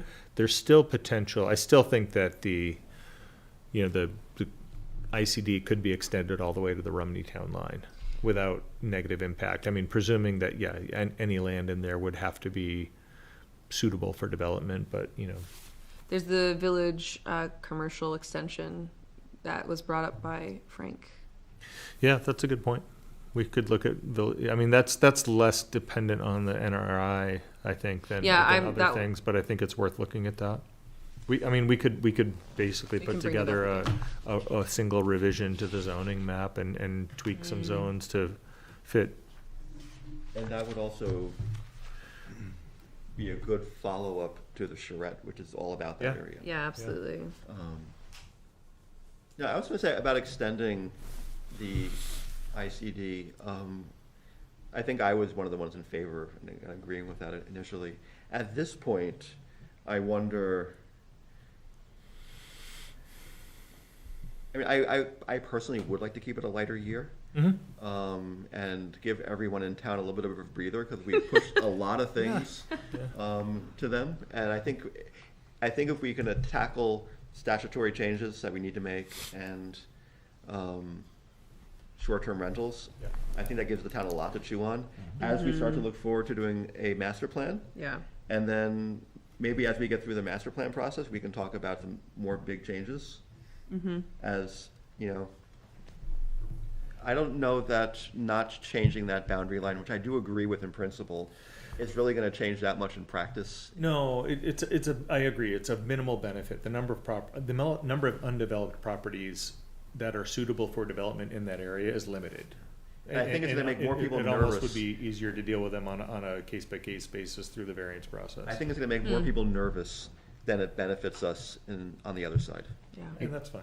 I think also, I think we should consider it. That's all. Okay, fair enough. I think we should also figure that, hopefully we're gonna see, we may see something come in the Tenny Mountain Overlay District in terms of development. And I think people are gonna get concerned if we start Doing other- overdeveloping that area. Yeah, so then site we're doing subdivision review, right, we're revising the subdivision because it needs to be revised, but I also think that some of our site plan stuff needs to be revised and updated, especially in light of the Tenny Mountain Overlay District, because we have some, on the last year on the board, I remember there was some talk about drainage issues at the Walmart and do our site plan regulations, are they actually meeting the current moment, is something I also want to look at. Can I ask a question about the Tenny Mountain Overlay? And I know we talked about this when it was all going through. It's about the statutory 65-day limit and the fact that I think we were saying we don't really need to follow that in this process, maybe. And it's very hard to follow because it's a very complex process. And is it, as an innovative land use, not subject to the 65 days, or do we just have to ask the applicant for an extension, which they'd probably agree to, or do you know anything about that? Are you talking about the PUD planning process? Yeah. Yeah, it is still, so in the process. After they submit, Yeah. and then we accept, Yeah. this is the 65 days, and It does apply. it does. Well, that's what is reflected in the process section of the ordinance. So hopefully we have a lot of conceptuals ahead of time, and It does, of course, say, there's that provision for an extension. I would be quite surprised if an applicant with a project that complicated, if it did need to go beyond 65 days. I mean, and if it does, and the planning board does not have the information needed to make a decision, Yeah. the board does have the right to deny without prejudice, at which An time unfinished the applicant would just have to come back with that information. They could reapply with the same thing, but would have to just put in a new application. thank you, I appreciate it. I mean, I know we had the conversation earlier Yeah. about whether that applied, and we never really had like a conclusive answer to that. It seemed like it should, but at the same time, it seemed like it shouldn't because it's such a complicated process. Yeah, I think Judy may have talked to Noah and some Okay. folks at OPD to get some input on that, but that's just my Yeah, recollection. well, much appreciated, thank you. Well, we also have the option of not accepting the application if we feel that it's incomplete. Yes. Correct, yeah. Yep, absolutely. Okay, any other unfinished business from planning staff or board members? I just want to throw out one comment one thought. I know we've talking about having the Conservation Commission here at the next work session to talk about the invasive plant things. That same evening, we're planning on discussing the habitat project. Are we? I thought I didn't think so. I thought I don't think he's coming. I thought there was discussion he was coming back then. No. Nope. Okay, never mind then. Because tonight was just about, Okay. do we as a board give advice to the select board saying that generally speaking, we do Okay. think this is a good idea? Great. Yeah. Never mind. Okay, cool. Actually, if they are coming, do you know, The Joe? Conservation Commission? Yeah. Okay. If they do want to come for that, Yeah. I'm not sure if they're even available to come for that. We can invite them. We can We can invite them. Do you know, to answer that question we asked earlier, like, we didn't really ask, we talked about, where are we on the NRI? I know it's supposed to be done really soon. Like, is that something they'd be able to, like, give us Talk to us about? a 10-minute, like, executive summary of or something? Maybe we could we broaden the scope of our invitation to just say we'd like, Is the NRI to be completed? We've been discussing it. That was good, Neil. I like that. That was well put. is it a contractor who's doing it? Yeah. Okay. What were you gonna say, Phil? I was going to say, we've been trying to have annual meetings with the ZBA, and I think Yeah. it would be if there's already an occasion to invite the Conservation Commission to our next meeting, perhaps we should extend an invitation for a forum to discuss any concerns they may have around planning. The Conservation Commission? Yeah. Okay. So we can invite them to come to the next work session, which is May 7th, and we will plan to have a presentation from students about considering invasive species, and then also an opportunity to have a conversation with any Conservation Commission members that come about if they have zoning concerns. Correct? Yeah. Okay. All right.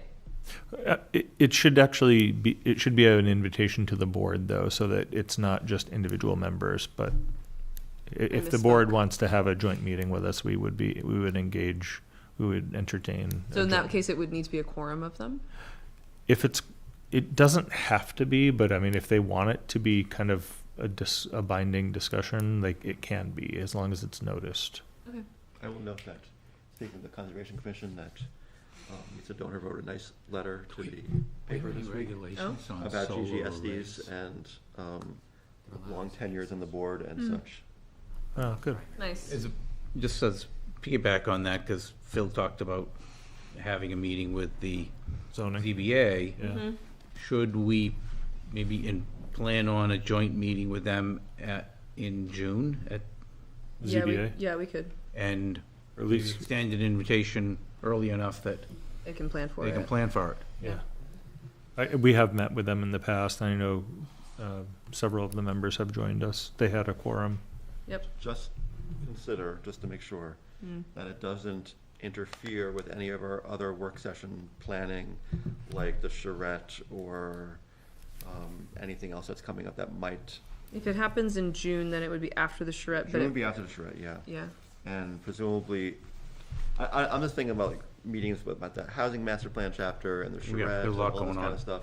Yeah. I'm all for meeting them. I'm not trying to say don't meet them, just make But sure not at the schedule's sacrifice of, yeah. clear first. Okay. Do we have a location for the charrette? So there's a couple of potential, yes, well, there is a location, and there's just become another possibility of another location, which we're in the process of figuring out, so yes, there is at least one location it could be, but there's another one that may be a possibility. Someone has offered to make a space available to the team. Okay. And possibly to provide catering for the team. So if they are, I'm just trying to pursue that before Okay. we formally announce where it is. But if that's not, then we do have another Okay. location. I was just gonna suggest if given the proximity, the senior center might be nice as well. Yeah. And, they have a fairly large meeting room. They have a lot, they have tables, chairs, and it's, you can look outside and see the area we're It's a talking good about. infrastructure, yeah. We also had a shred there, what, 12 years ago? Yeah. Something like that, so. Before my time, though. History repeats itself. Yeah. It does. There are only so many options. True. Okay, anything else? So, any public comments? All right, please.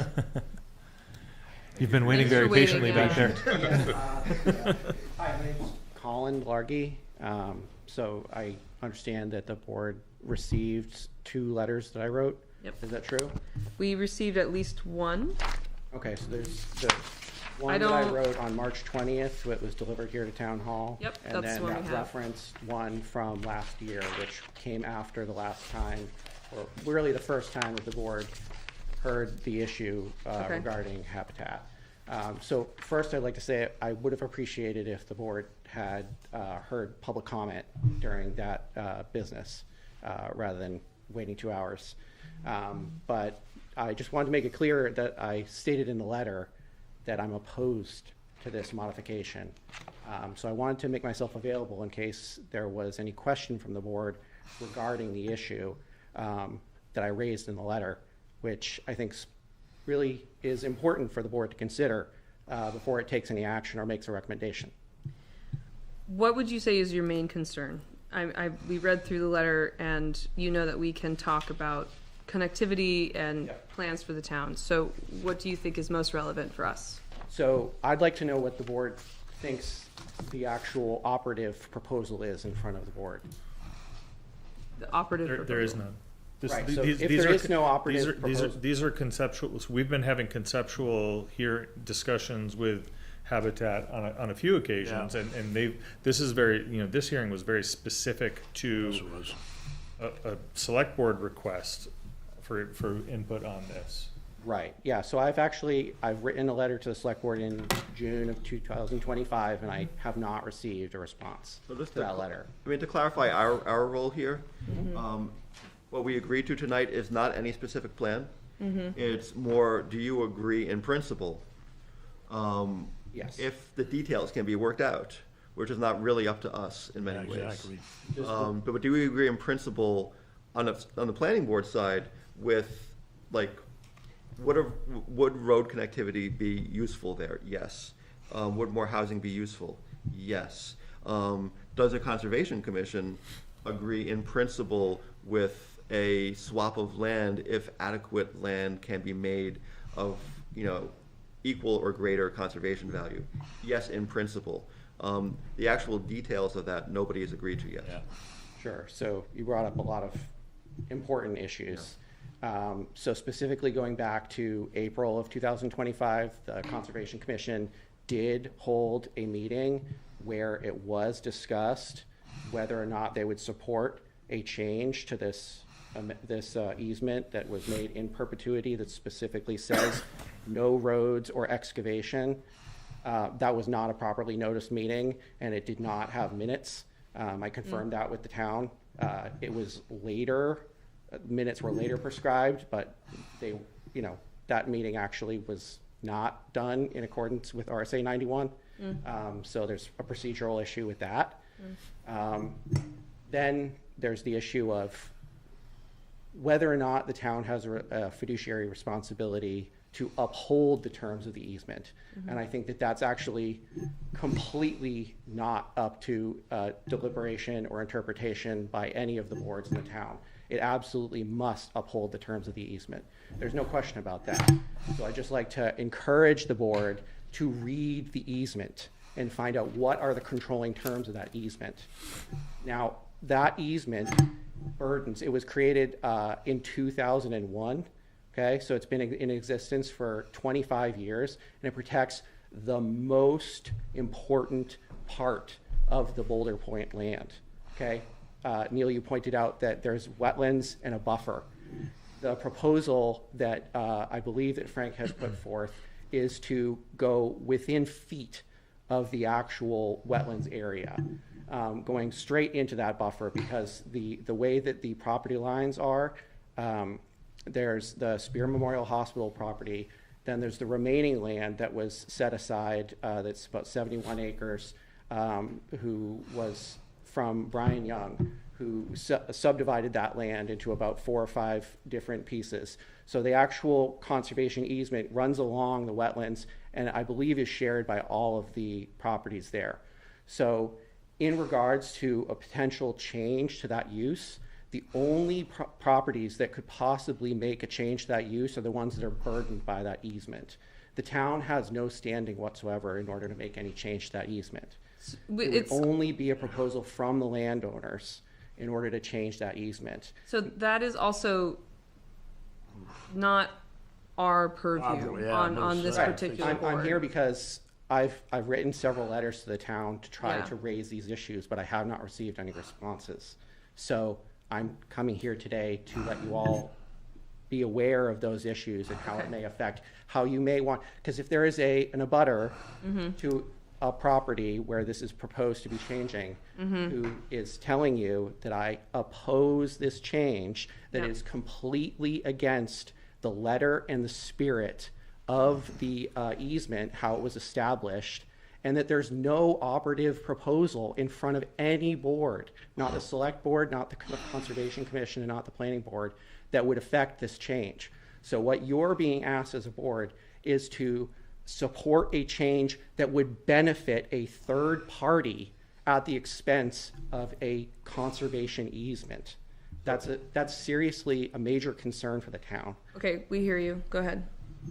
I totally understand that concern, and truly, I really do. And I will say that the process that will need to be gone through if this does become a reality is going to be a diligent one, and it's not going to be up to just the town by any stretch to make that decision. It's going to involve state authorities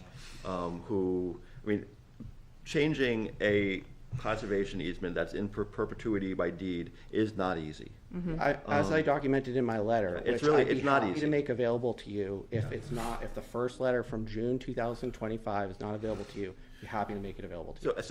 So what we said today was, if you can get through that process, and do it in a way that is acceptable to all parties involved in that process, then we, in principle, like the idea of what you're proposing. Yeah. Right. But getting Can I through that directly address process, that? getting through that process is going to be a huge hurdle, and who knows? Well, what I believe is happening is that the town is being asked to take on that job because the only person that can request that modification is a landowner that has a burdened parcel. None of the parties involved in this that are asking for this change own any of the land that's burdened by that easement. Are you sure that Spear would not make that request? Yeah. They're a burdened parcel. Yes, they are. I mean, If you're asking me to speak to No, all I'm saying- a corporation's mind, You're can't. presuming that no one will. You're trying to make the case that no one will, when in fact, Might not be the way. Habitat may have talked to Spear about this, and Spear may be willing to make that case for themselves. Well, that's That's not for us to decide. I think that if that is true, that should be before the board. We will cross that bridge when we come to it. We haven't made any promises. We have simply given our particular perspective Yeah. based off of what we as a board have to prioritize for the town. The conservation is certainly a concern, but it's not our primary concern. That's the role of the Conservation Commission. That's And how and it, DES. and for and what it- DES. For what it's worth, the Conservation Commission is an advisory board to the Select Board. They do not have the authority to make decisions other than recommendations. And also, like we said, like John said earlier, it is also up to the state as well. So we The have, town has an interest, which the Select Board represents, but there's also a state interest. Like, there's redundancy in the interest of protecting the conservation easement, and it will Right. be observed. And if there's going to be a change to it, it will be negotiated by all interested parties. rest assured, we have heard your concerns right now, and we are doing our best to follow what we can and affect what we can. And we will take concerns into account when we do if we do a public hearing. Well, my final comment, I guess I would make Okay. is that you received my letter where I very explicitly said that I object to this change. I didn't hear that discussed in this meeting. I didn't hear anybody look at the easement before proposing to actually make a recommendation to extinguish part of that easement. And I heard some discussion of that the fiduciary responsibility to this was more of a broad sense, like doing the right thing or helping the town. The fiduciary responsibility in this sense is specifically to uphold the letter and the intent of the easement. And that's the responsibility of all the subsidiary bodies of this town. Now, I understand that it ultimately is resolved and goes to the select board for making that final determination, but I would ask that the planning board consider amending its prior recommendation based upon my very, very clear objection as an affected party that has greater standing than the one petitioning for this change. So how do you fit into all this? I mean, what you're saying and stuff, is that something that, just out of curiosity? yeah, I'm happy to share that. 25 years ago, when Walmart got its approval through the planning board in order to develop that site, some of the land was set aside because it was the most important land out of the entire industrial drive development. Okay, that's literally just the very, very small area where there's consistent year-long water flow and the buffer zone that's right around that. And you can, I welcome everybody if you'd like to actually go and visit this. Frank and I actually did walk the land in October 18th of 2023. I explained to him exactly these same issues about how it is a non-starter. There's no way that a road can go through that section. Well, I think it's something that he'll probably run into if he's going through all this, and he seemed to do a pretty good job of what he's doing right now. So, I mean, that's sort of on him, isn't it? I mean, it really is. It's not a concern, and I understand.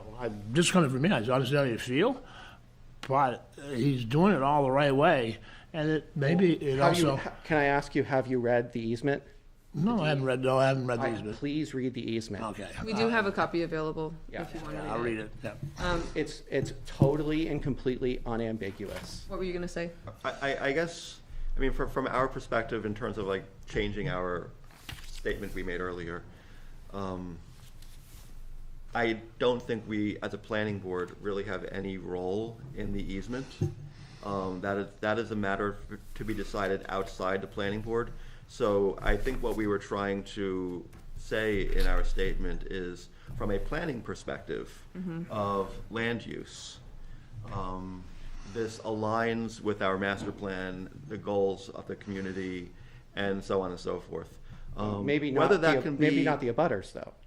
That's potentially the case, and that is going to be decided not on this board.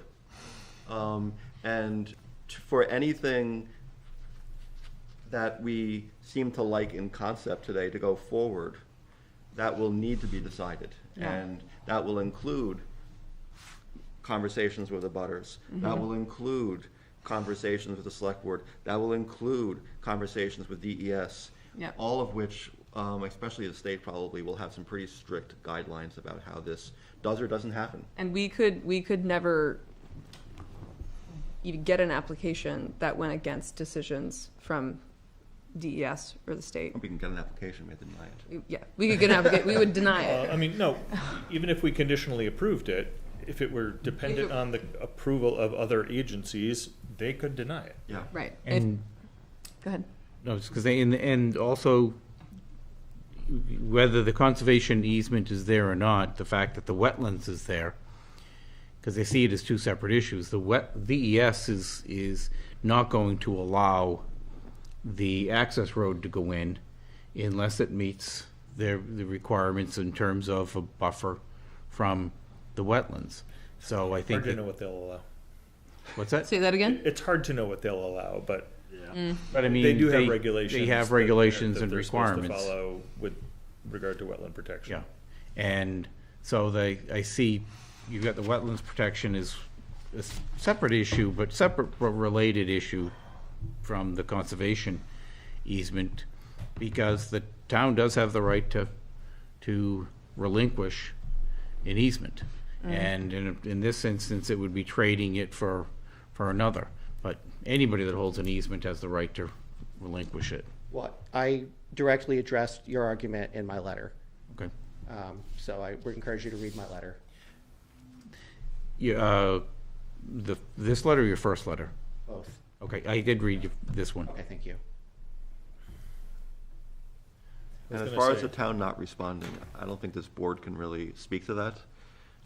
You mentioned the concern that the town hasn't responded, and I'm not sure they have or don't have an obligation to, but we certainly can't speak to that.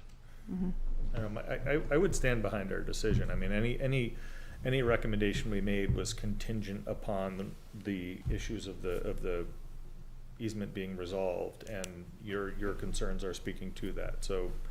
Finally, to that point, I'd just like to say I would have appreciated the opportunity to speak before a vote was taken. But this is not a because This I was would not a have- public hearing. There's no Right, I application in know. front of us. That's And- why I would have appreciated an opportunity. Okay, It's not the time to do it. so,